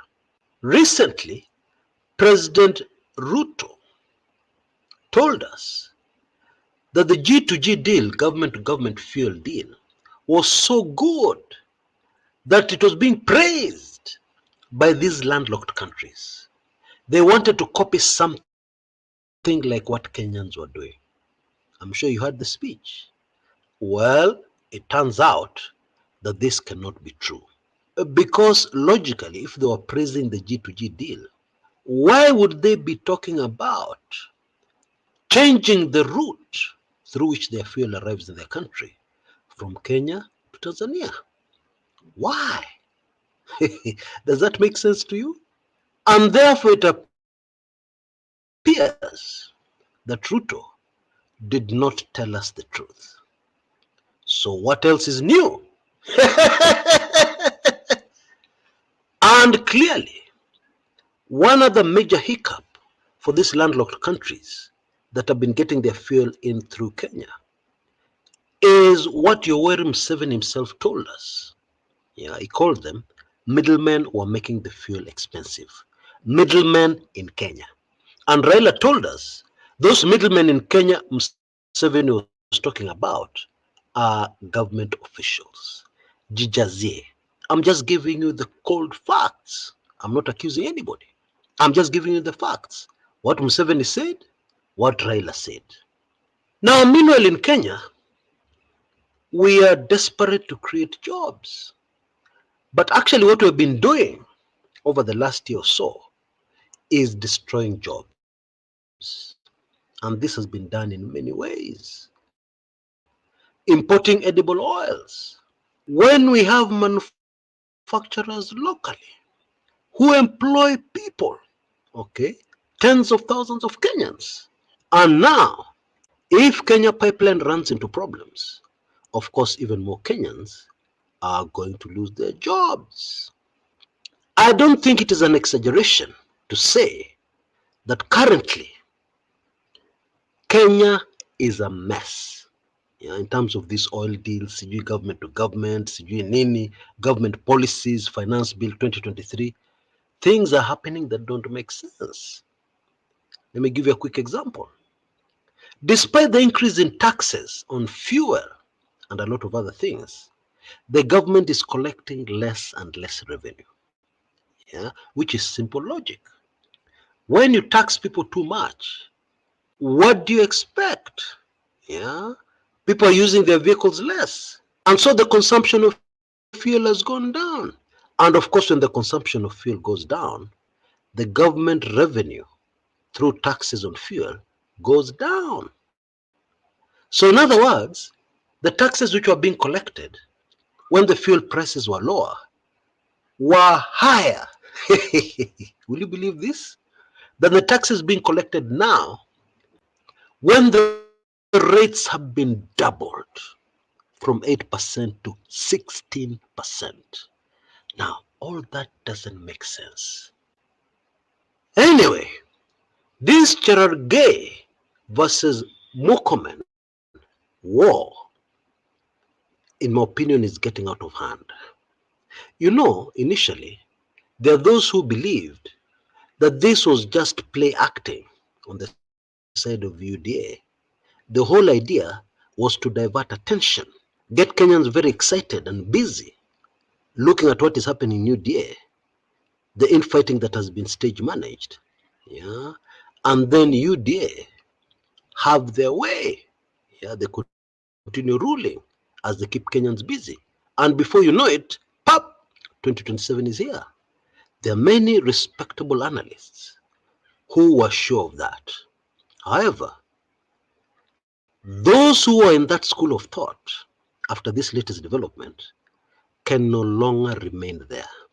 Because when a war gets to this particular place, where somebody is exposing their colleague on the high table in UDA, the way Cherargei has exposed Murkomen with these crazy claims. He tells us this $100 million was paid in a first installment of $50 million. He didn't tell us when the second installment was paid, but he told us he knows where the money is. The money is somewhere in Dubai, but it belongs to Murkomen. Now, Kenyans are getting dizzy now with the kinds of scandals going on with this government. There is the El-Nino money, which has mysteriously vanished, because we're given the impression that the money was sent to counties. Counties are telling us, no, we have not received anything. So where did it go? Ilienda wapi? And then now we are being told how somebody made $100 million. Cherargei is telling us. And according to the Nandi senator, this is where Murkomen favors Chinese contractors over local contractors, even for relatively small projects, according to Cherargei. Because there's a road they're fighting over, somewhere in Nandi County, where Cherargei has insisted it must be given to a local contractor. And of course a local contractor from Nandi County. Which is another issue which I don't want to go into right now. But that is what Cherargei is telling us. There is something here that is beginning to emerge. that maybe not all of us will appreciate, but a few of us will appreciate, especially those of us who are spiritual. And it is this thing of infighting. You know, when President Uhuru Kenyatta was still at State House, was still president, I produced various videos where I discussed the spiritual implications of his deputy betraying him and leading a rebellion against his boss. And I said, spiritually speaking, when you lead a rebellion against your authority, spiritually, you cannot escape the same thing happening to you. Okay? And clearly, it seems that is what we're seeing here. Because this Nandi senator has been very consistent, yeah, in firing barbs at Kipchumba Murkomen. Even dire warnings from another insider, the legislator called Sudi, have not stopped Cherargei. And most recently, even being thrown out of the Senate, when Murkomen was there to answer questions from the senators, that has still not stopped Cherargei. In fact, he's telling us the reason why he was thrown out is because people are fearing he's going to release this information, which has now released outside the Senate. Yeah, people are fearing that he's going to release it at the Senate. And therefore, he was kicked out. That is what he's implying. Yeah? Even that kicking out of the Senate has not stopped this man. What? What is going on here? Really? And there's something else those of us who are very observant must have noticed. Have you noticed how everything this government touches goes wrong? And I mean everything. In fact, to date, it is very difficult to identify something that Ruto's administration has done successfully, delivered on successfully. It is impossible. It is very difficult. Please correct me. Mention just one success they've had, not even two, one. And now we're being told to wait. The economy will be okay. When this government is borrowing like there's no tomorrow. When we're hearing, according to Cherargei, that some people were bribed money that you cannot even imagine. Yeah, when Kenyans are suffering. But we're being told, wait, things are going to be okay. Eh? How are they going to be okay? How? The government is borrowing too much. People in corruption deals, corruption scandals every day. How are things going to get better? And now we see there's a serious threat to Kenya Pipeline Company, which employs many Kenyans, some of whom, yeah, if things continue to go the way they are going, those poor Kenyans will have to lose their jobs. And you know, as Africans, one African has got many other people depending on them, relying on them. We have large extended families, we Africans. So when you fire one person, hey, a whole village is affected, literally. And already our economy is in the ICU, intensive care unit. I'm told it's called high dependency unit these days. That is where our economy is, literally on the deathbed. And then we hear about scandal here, scandal there. This guy made so much money, millions of dollars, etc., etc. Aye. Yeah. Folks, this is more than serious.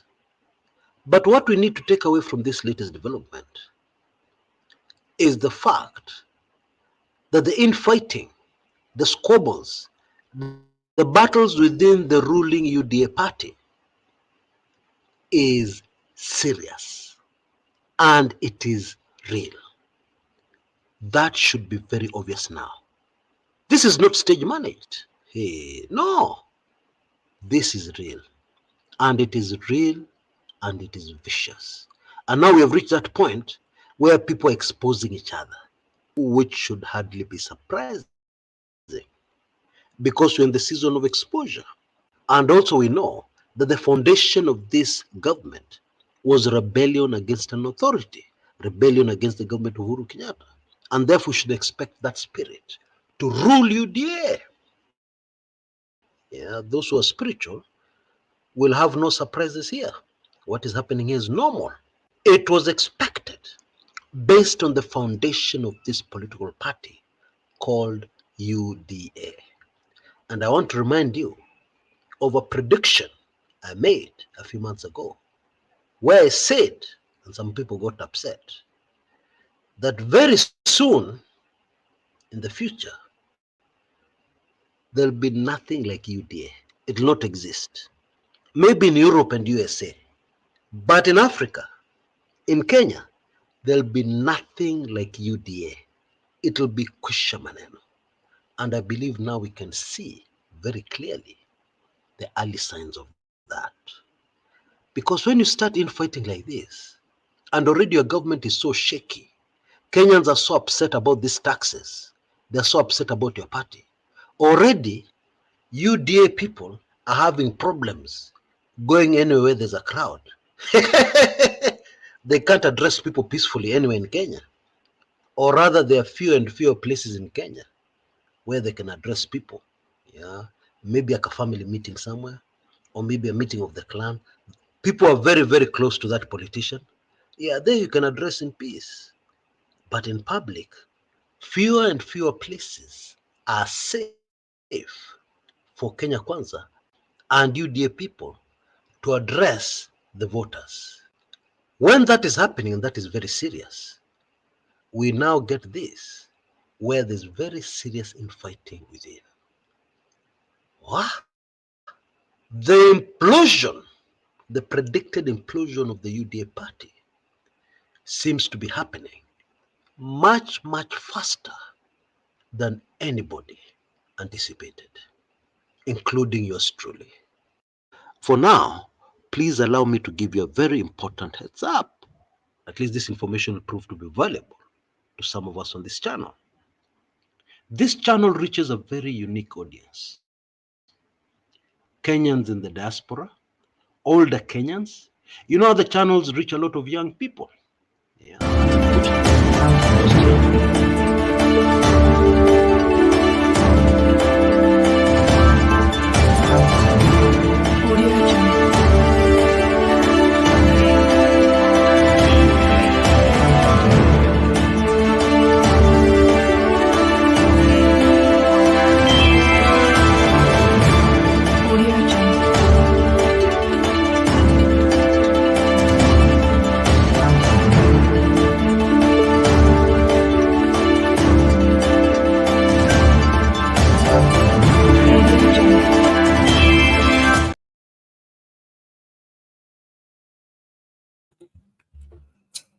Welcome back, ladies and gentlemen. Thank you so much for being here and always following through. That is Chris Kumekucha with his latest analysis on what's cooking in the UDA and the Kenya Kwanza administration. That is self-explanatory. I don't think there is any clarification you're seeking on the same. We are in a sinking ship led by one William Ruto. If we don't take care, we sink with him. If we must save ourselves, we must bring to a stop the voyage as it wants to proceed further. Anyway, I'm happy. It's 10 minutes to 2 a.m. East African time. My time is up. I hand you over to Alexio. Alexio, long time. How are you? I'm fine. Thank you very much, Reverend Bernard. Thank you for the good work you're doing here. And Olara, I've seen you. There was public participation, all those people in the comment section, Knatuni, and those watching us. I salute you all. Yes, I'm alive and kicking. We thank God. Thank you. Thank you for staying alive and kicking as your supervisor flooding. But make sure your chicken in the village is not carried to River Yala.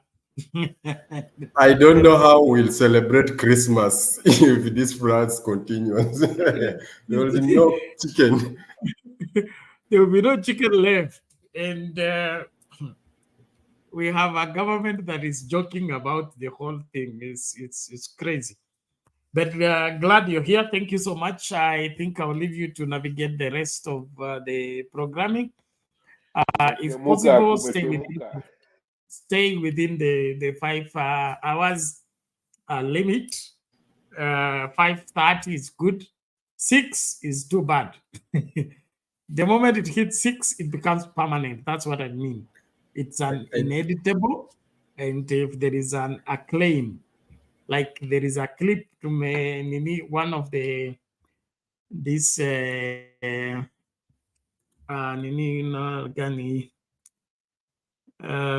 this intro, Open Forum, OFPS. There is some clip on football that I suspect it will be claimed. So, chunganeni nayo sana tafadhali. I will sort that out. Kibali worked on it while I was not in studio, so I can incorporate that football thing. That football thing is an issue. It's smelled like bank. Oh, by the way, did you see the story of a police officer shooting a pilipili vendor because he suspects amechanganya pilipili na banki kwa kukataa kumpatia bribe ya 400? No, I didn't see it. It's a crazy one. Mr. Olara atakuambia. Wacha mimi niondoke. Asante lakini. Olara ulikuwa unasemaje? Mimi nangatuka. I think we should leave another one running so that when it gets to 5 and we have people, we can switch. Oh, another nini? Yes, another feed. I told you, you copy this thing on top here, this title here. Then you just add number 2, Mkombele. It's as good as that. But Nini, I think Matana kuja. The trouble of okay, I will let another one running so that you remain within the 5. But now this one avoided. Ama nitoe kwa hii list ndio isichezo, although it's the current one. Huh? Yes, you can remove it from the list.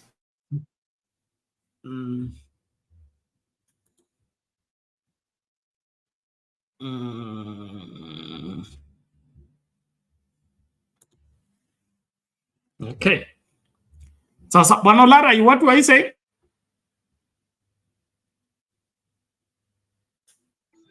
Sawa, niendelee. No, before Lara endelee, I have something I want to say about Farah Maalim. Farah Maalim is jumping the ship. It seems things are bad. Bad things are happening because Farah Maalim, the moment election were done and he did not get the deputy speaker, he crossed over and started supporting Zakai.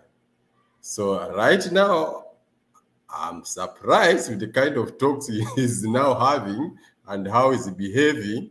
So it seems the ship is sinking. It has a very big hole in the middle.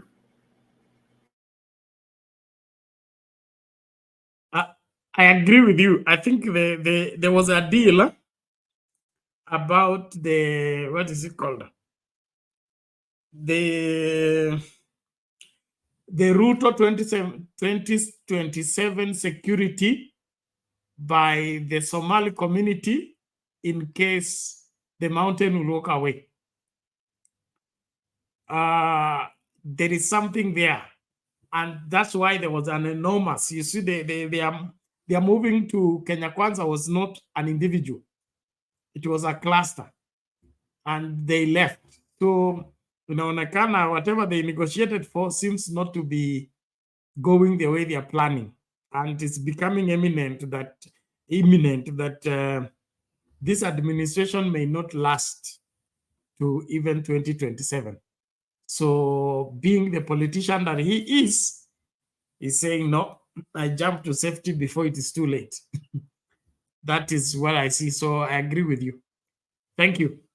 So, mabibi na mabwana, asante sana kwa kuwa nami katika kipindi. Tunaamini kwamba tutaendelea na tutaokoa nchi hii kwa pamoja. Naomba tafadhali tumakinike, hakikisha kwamba ukweli wa mambo ndio msimamo wako, na nchi hii tunaikomboa kutokana na wewe kutekeleza wajibu wako bila kuogopa, bila kutishwa na kusimama imara. Nashukuru kila mmoja, tuendelee hivyo hivyo, tukutane wakati mwingine. God bless you. Alexo, over to you. Lara. Thank you very much. Have a good night. Thank you. Lara, you can, before Lara comes in, guys. Bernard, you left us in safe hands, and we will maintain a lot of discipline here. We will not be overboarding. We'll maintain your discipline. Rest well, and we thank you always for maintaining these arguments here, because it takes a lot of discipline and understanding some of our wild thoughts, and it's not wild because we are wild. It's wild because we love our people, and we want to serve them in many ways. Bernard, we thank you for allowing this channel. You struggle enough to maintain it to this far. The 4 years has never defined you. You maintain this. Some people told you are just a follower of certain thing, but you maintain with your own means, and this channel is still standing, and I thank you for that. I really appreciate it for that. I remember the night of election, you try to preach, you try to do what, but we were always supporting. And I remember Mato times, what we did was enormous. But I think it is beyond our. I believe you did not believe what happened. It's beyond us. We are rectifying it accordingly now. Now you expose them. No, we expose them. These guys are not leaders. They are looters. The policies, they've never had this country in the heart. And some of your colleagues were sanitizing the system. Ati ilikuwa ni maombi, haikuwa maombi, ilikuwa ni pesa, na Zakayo ako na madeni mingi anataka kulipa, na sio madeni ya imani, ni madeni ya wadhamini. Sasa hiyo madeni ya wadhamini ndo anabaki nayo, anatuangaisha nayo mpaka sasa hivi. By the way, the host, I never been supporting anything. I'm always been philosophical, understanding the situation. Then, as I considered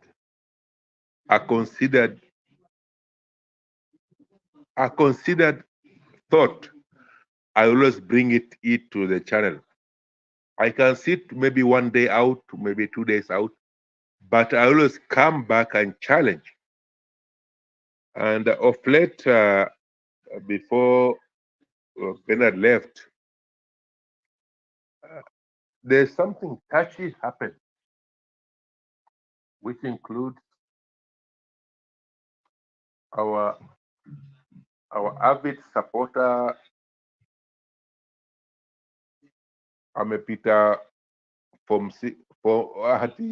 KCPE, and he's been a bit more than that. He's been analyzer of politics, influencer in our spheres. He's been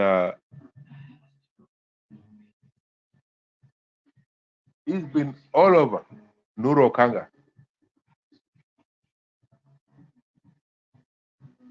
What I want to speak about is that Nuru Okanga's spirit,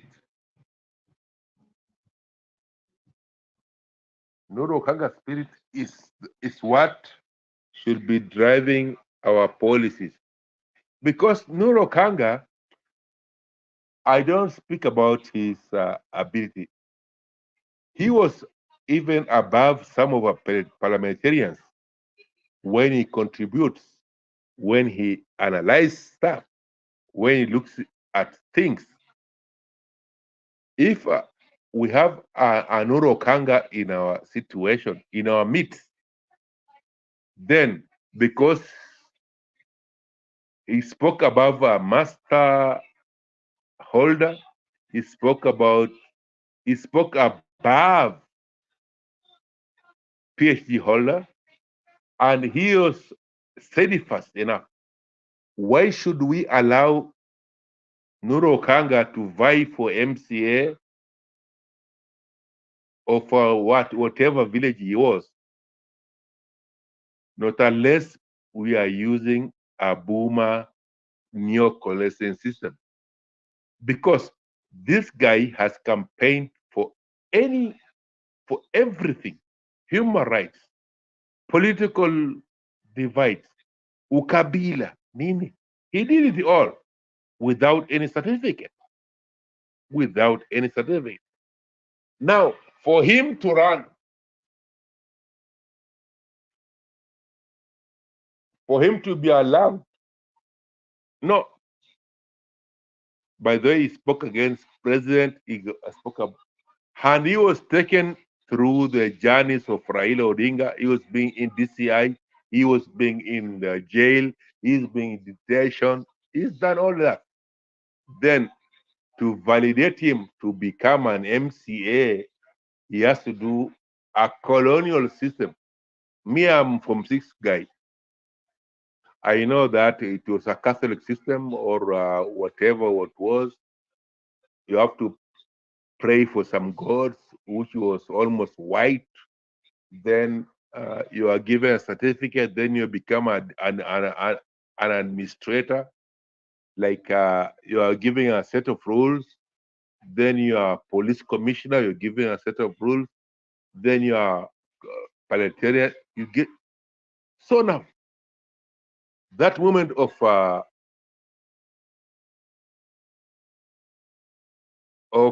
this young guy, Huyu Okanga, he was taken through the system, not by Muzungu, but by us. He cannot run for MCA, and he proved everyone opposite. He got 401, subjecting him to that same excruciating,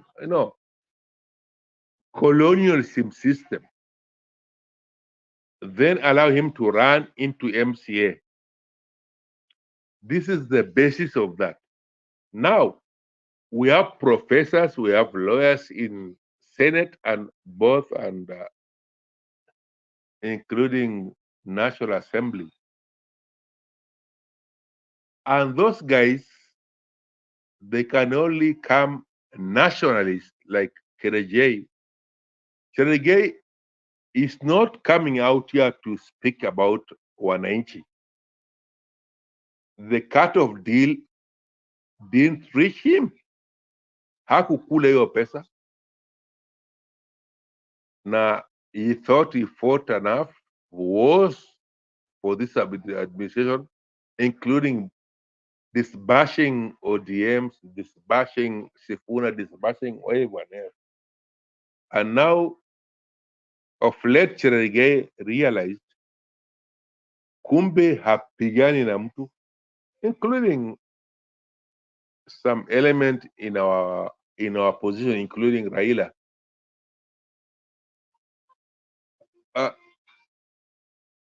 Your handshake was never beneficial, but it was a bandage. But a real nationalistic leader, I think we should start with that philosophy of that lawyer guy who went to primary and got he was never financed. He was speaking out like a national leader. I would have loved that that spirit of that guy be installed in Ruto, Raila, and Murkomen, and Cherargei, and all of those other elements. And kumekucha. I'm a long follower of kumekucha philosophy because I'm speaking out through that. I went there through the first Kenyatta. I was subscriber there. Na pengine Bernard amekuja juzi amejua kuhusu kumekucha. Kumekucha is me now. I learned a lot of policies of Kenya. I want that enthusiasm about that guy in the playing world of Kamkunji, or what they call it. He spoke but do you understand why he was popular? He was popular because other people fought for this freedom. He cannot have that platform. He cannot be popular without the previous fighting. We fought along. We have long fight for it. Sasa, CBC should include some bright people like Nuru. Then we have a separate system to allow people to go to a further studies. Nuru Okanga is having almost a PhD in politics.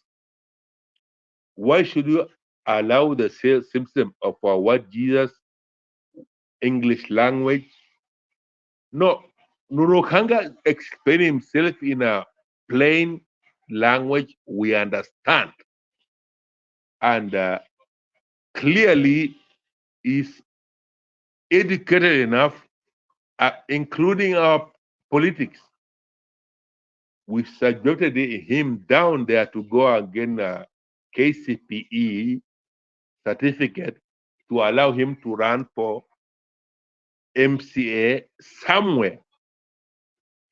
So this policy of skill development, which Raila was talking about, if you are welder, you are what, then you should be, according to years of doing that time, you can be also allowed to be equivalent to somebody who's holding what?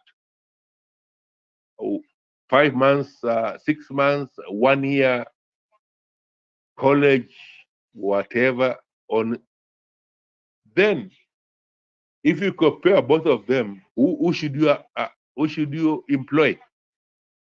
Huyo jua kali amechoma miaka 20 ama huyo amepata hiyo certificate ya miezi 6? Sasa, including that philosophy, hiyo CBC tutoe morning prayer kwenye our education system, tutoe kila kitu. English language isiwe compulsory, watoto waangaliwe vile walivyo, then incentive is watoto wasome Kiingereza ndio wakuwe exposed to outer world, lakini masomo isiwe lazima ujue Kiingereza. No, Nuru Okanga of this world cannot be here. If you see Nuru Okanga, then you can understand why we impose a musalaba and then an English language there.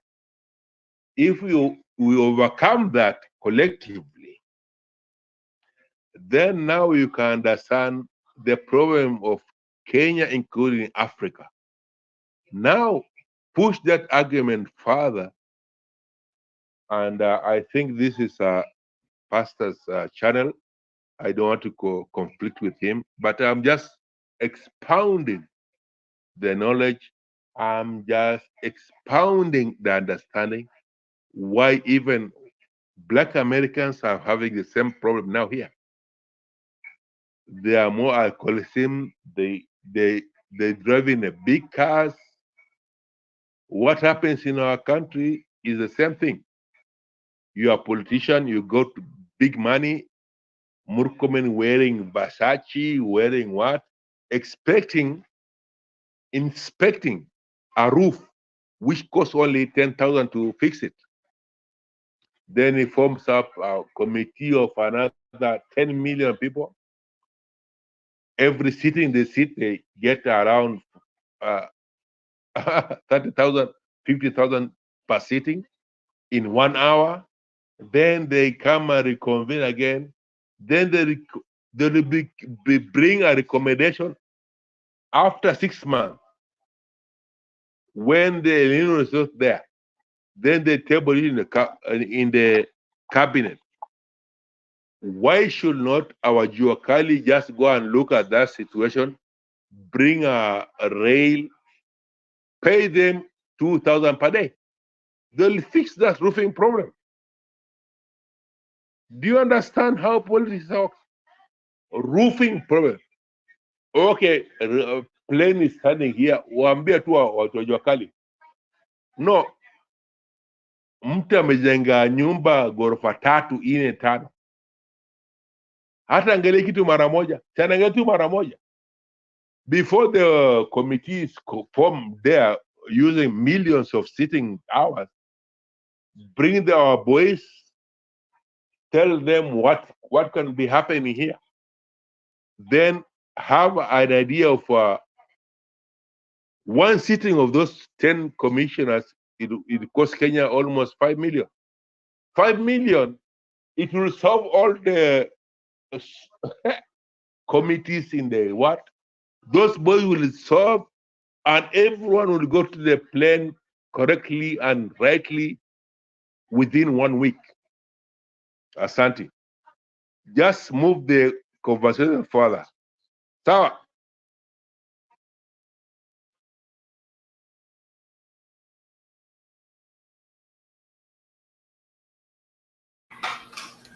Thank you very much, Mr. Olara. Guys, those who normally come to the studio and the new guys, we welcome you. Kindly join the studio and join the conversation as we be able to deliberate on what is going on and what is coming up. Yes. I invite you all to join the studio. I'm sharing the link, and kindly come to the studio. Let's deliberate, talk about our country, because the moment we stop talking, we start fighting, and in talking, we get to find a solution, and we get to know the way forward. Your contribution and my contribution will make a difference and will make a change. So I've shared the link. Let's join into a conversation as we deliberate tonight. I just wanted to talk one thing about the East African communities, the other 4 countries being led by Uganda being the first one to take the step. We have seen in the media that the other 2, Rwanda and Burundi and part of Southern Sudan, now they're joining Uganda in boycotting the fuel brought through Kenya because of the cartels. And we heard from Ruto himself, was it last week, saying that his government did a very wonderful thing about G2G, government to government. And now the rest of East Africa are trying to find out what he did, and they're trying to copy that. But come a week later, we have seen those countries that he suggested are trying to copy the Congo. They are going the Tanzania route. So we see it's us losing business. It's the country of Kenya losing business at the expense of these cartels that Ruto and the Cocoon, the cartels, they are bringing the country down one by one. And remember, guys, Uganda is our biggest trading partner. And if you're going to lose Uganda right now, so who are we going to trade with? How are we going to get that foreign exchange? How are we going to get that dollar? Now our shilling is depreciating because no more, now their neighbors don't want to trade with us. So who are we going to trade with? if they are going, if this is what is happening. Okay, come and think about it. Think about it, guys. Things are not good. Things are bad. And the more we come to the realization of this and kick out these guys, the better. The earlier we kick them out, the better. Okay? Due diligence, I can see you. Thank you for the comments. Tuni, I can see you. Thank you for the comment. And I'm asking people to come in. Yes, let's come and join the conversation. Harun, where are you? Kenyan Love, where are you? Mr. Chase, where are you? Let's join the conversation.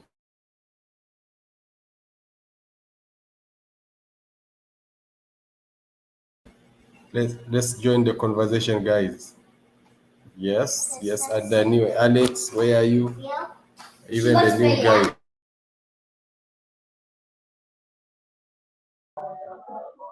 Niko hapa.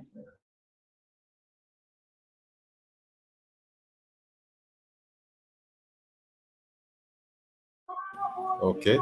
So I'm saying those guys who normally come here and debate, let's come and do a debate here. I invite you, all of you. I can go further. Yes, what are you saying, Mr. Olar?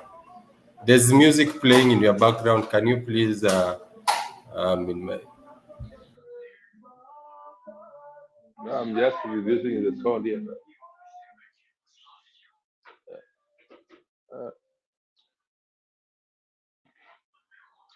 In the background, I've reduced that. Yeah, just switch off the music And, because it's going to interfere with with our quality, and YouTube is. I've done that. I've done that. Okay. Yes. So as I was saying, broadcasting is. Yeah, I want to listen. Okay, I was just commenting on our neighbors deciding to go the Tanzanian way. And now the SGR was being made so that it can be able to serve us and our neighbors. So if our neighbors are going to go to the Dar es Salaam way, so what is the importance of us extending the SGR to Malaba?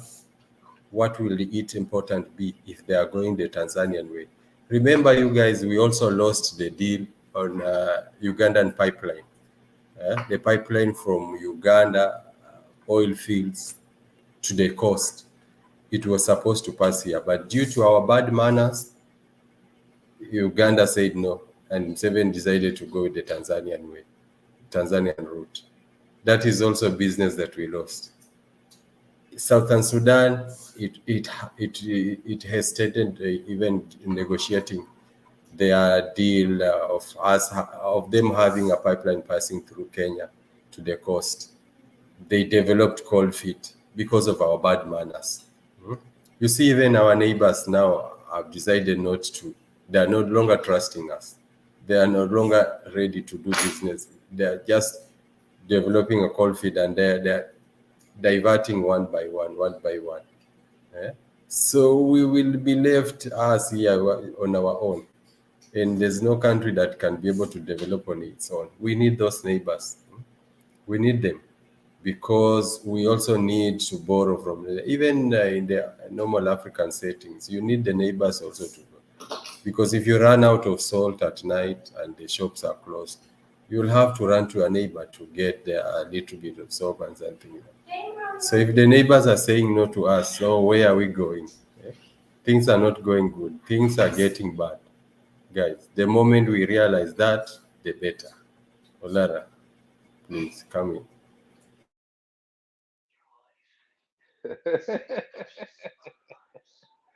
Asante sana. Unajua, I will simply break it for you. This UN headquarters in Nairobi is not for free. those king and queen visits in Nairobi is sort of free. And Kenya becoming a hub is sort of free.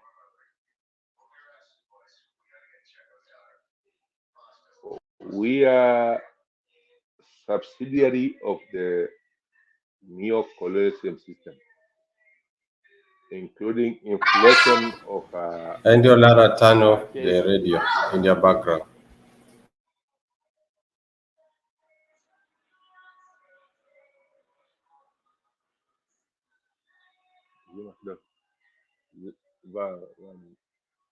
Wanasikia.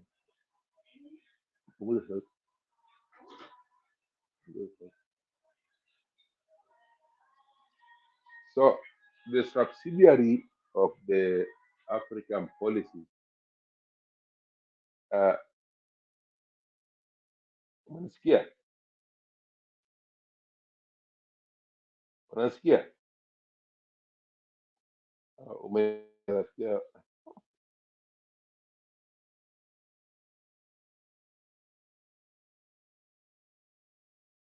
Unasikia?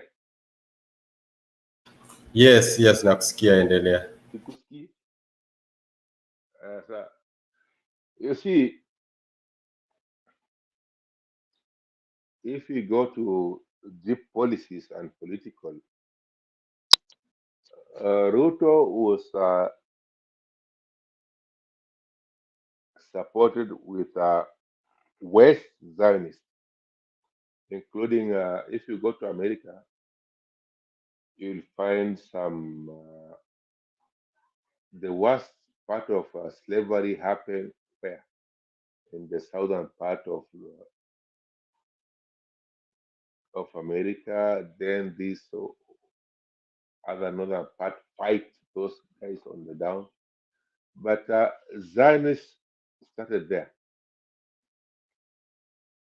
And to just give you a glimpse, just learn of history of those where the evangelical supporting all the churches emanating all over Africa coming from. The support come from the southern churches, including maybe where Ruto was understood, was groomed, and but Sankara, a Ghanaian, we will call him the father of African nationalism from Ghana there, including Haile Selassie overthrown. These are all, including Kenyatta family's facilitation of after independence policies of it's deep, and then understanding why Kenya is facilitated readily all the time, why Kenya is kept vibrant while everything is happening. Then understand how Nyerere cushioned Tanzania. Nyerere didn't allow any of those tokens to be taken there. Nyerere allowed Tanzanians to develop slowly. It gave them slow philosophy. It gave them doctrine, like a national doctrine. He was a Catholic, but he's never done something against anyone else. He allowed that. If you go predominantly, Tanzanians are Muslim, but they still have Undugu. Kenya's what happened. Kenya time until now, we have this problem of not necessarily religion. It's grabbing. We have this notion of grabbing. Nobody goes to presidential, or nobody gets a leadership for, no. Okay, let's allow myself here. I grab 100 acres of land. Not unless I'm keeping it in custody for somebody else. I should not be having 1,000 acres of land, or 3,000 acres, or almost 500 acres of land. If in your natural life you need 5,000, 10,000, or almost 500,000 acres of land, you're not keeping it for yourself or for your family or for your sibling. You are serving a purpose. I think you have to be philosophical. Kenyatta farm, whatever. No. Even Ruto is just competing through the same system. He's a boomer. Kenyatta is a boomer. Raila is a boomer. You cannot be owning beyond 100 acres of land. Even if you're president, but if you are owning 100,000 acres of land, you're just owning it for some other capitals, which is beyond you. And once we as people down here understand that Ruto is fighting against that, he also wants to live like Moi. He's having farms everywhere. He's having everywhere. He has titles everywhere. Then what happens is that neocolonialism will be redirected to us, because our leaders have been the neocolonialists per se in the land. And they have a neocolonialism per se in the land, but they don't own the land. They are only on behalf of somebody. Because once you fall over the favor of those whites, they can take you out of the favor. Even those lands you've gotten for many years, you fight us, you deprive our economy, you do everything. Once the whites don't like you, even the ownership of the lands you own here will just diminish, including. I think Kenyatta, Uhuru understood the policies right. He was more benevolent. He wants to make his family look better. He ruled with a little bit of, okay, sometimes he cleans your people, but he didn't do it like Moi did it. He didn't do it like but Kibaki was the best. He monitors the situation and he brought the benefits back to us. We got a relief of what? Education, and relief on what? Some basic needs. Basic needs is what?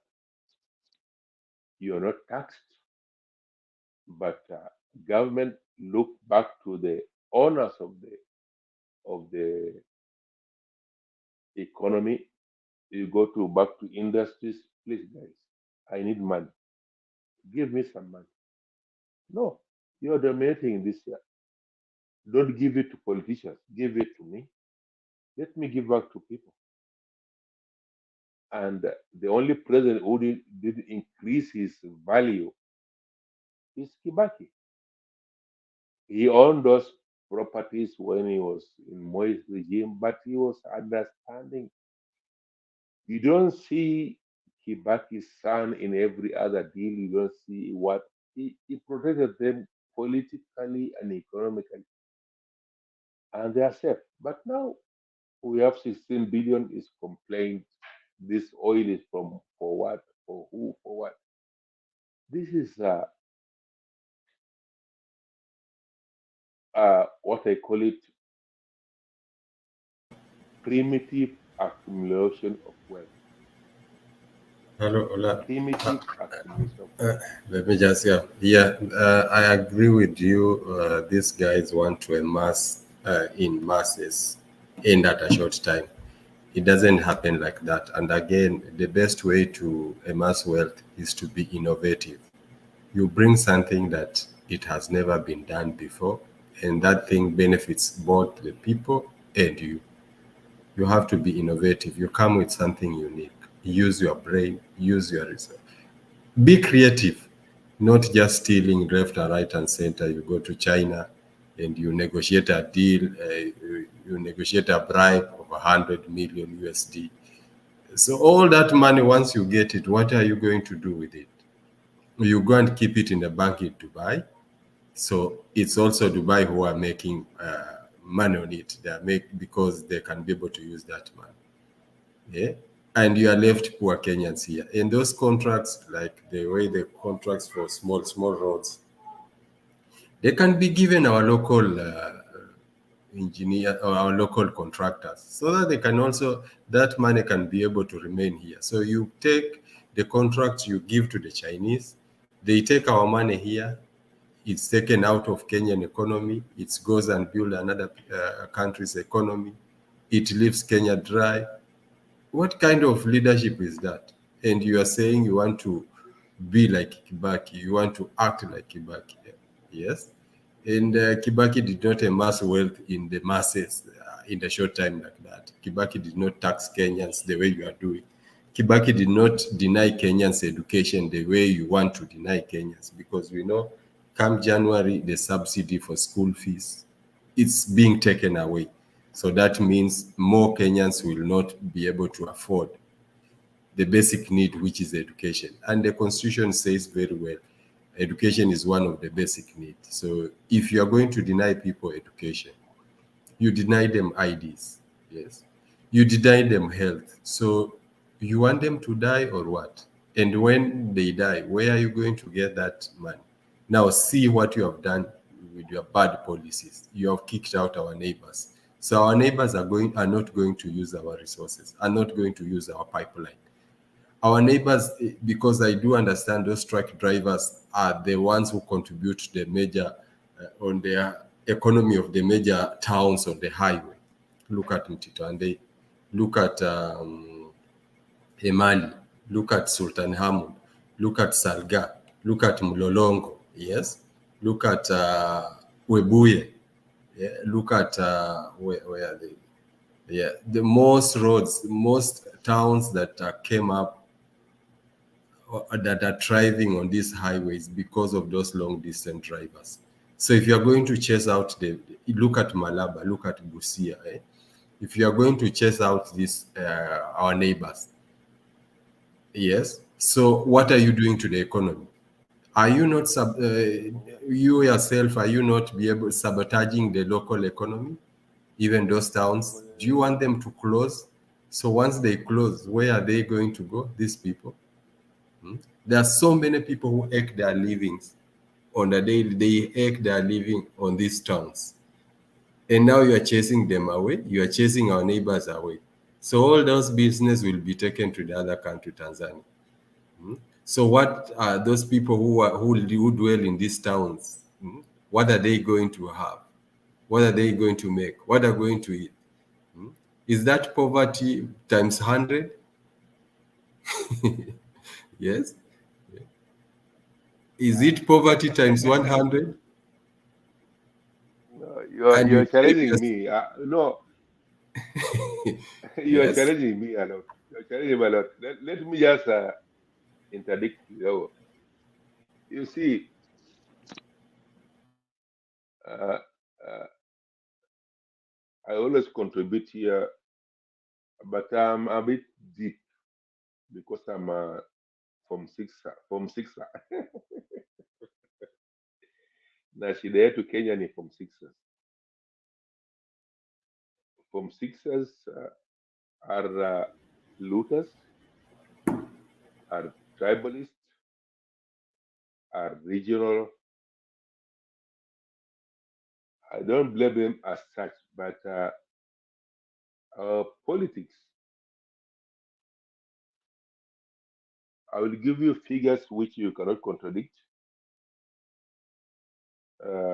Ruto used almost close to 70 billion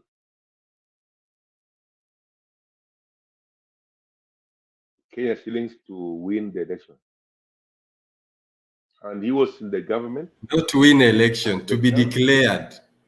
Not win election, to be declared the president. Because he did not win. Declared. Say to be declared. Where did he win? To be declared. So the first Uhuru was also another 70 same money to declare Uhuru first win, to declare Uhuru second win, then Ruto's third win. So we are indebted almost in our politics. We're indebted close to almost 2 trillion in our political deficit. Or what we call it? Yani udanganyaji. Those monies used in the politicking is higher in all the time is higher than our GDP.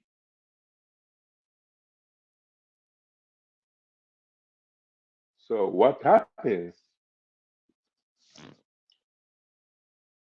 Those shilingi 200, 300 unakula pale kwa campaign na nini. Accordingly, at the end of the winning or whatever we call it, victory celebration of that political leader, that was already included in your national debt. I know how they do it. Ruto saizi ameshakopa almost 2 trillion. I think in moderate, I'm giving a moderate assumption. If Uhuru left him with a burden of almost 1 trillion of the budgetary of the 10 years, because Ruto amekuja kwa hapa, don't assume ati Uhuru ako clean ametoka. No, the burden shift to Ruto. And Ruto has to clean the house from Uhuru's to us, to him now projecting forward. And what happened? I'll take you to a Kata Land Commission. What was it in 1903? What they did? They take our lands from Mount Elgon hapo to Kirinyaga mpaka kwenye Mount Kenya. This is Kenya now. This is where you can grow land, fertile and what. And they turn it up into Ministry of Finance. What you collect, it comes down there. We play politics, but they play money all of the time. If a Murkomen, a senator, who can be bribed at $2 million, $200 million against what? Against our borrowing. There's no industry in Kenya who is manufacturing what? What are we there for? Even Kenyatta, at least America Brookside. We have to have another industry down there. We have to have a plastic industry. We have to have a iPhone industry there. We have to have indigenous people, Chondo industry. You know that Chondo? It was very favorable in the Kibaki time. We were famous with Chondo. Chondo was selling in everywhere, in America, everywhere. Now, for philosophical thinking, what is the easiest way to rebrand our nation? When the CBC transition is happening,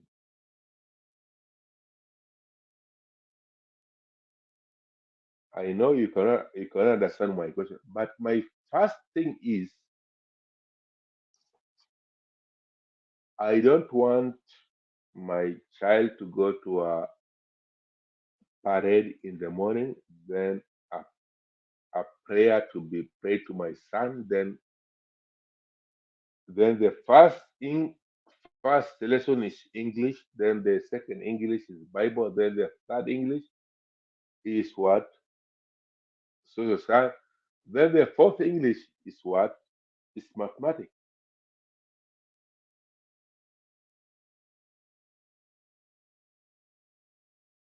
CBC should always be reverse osmosis.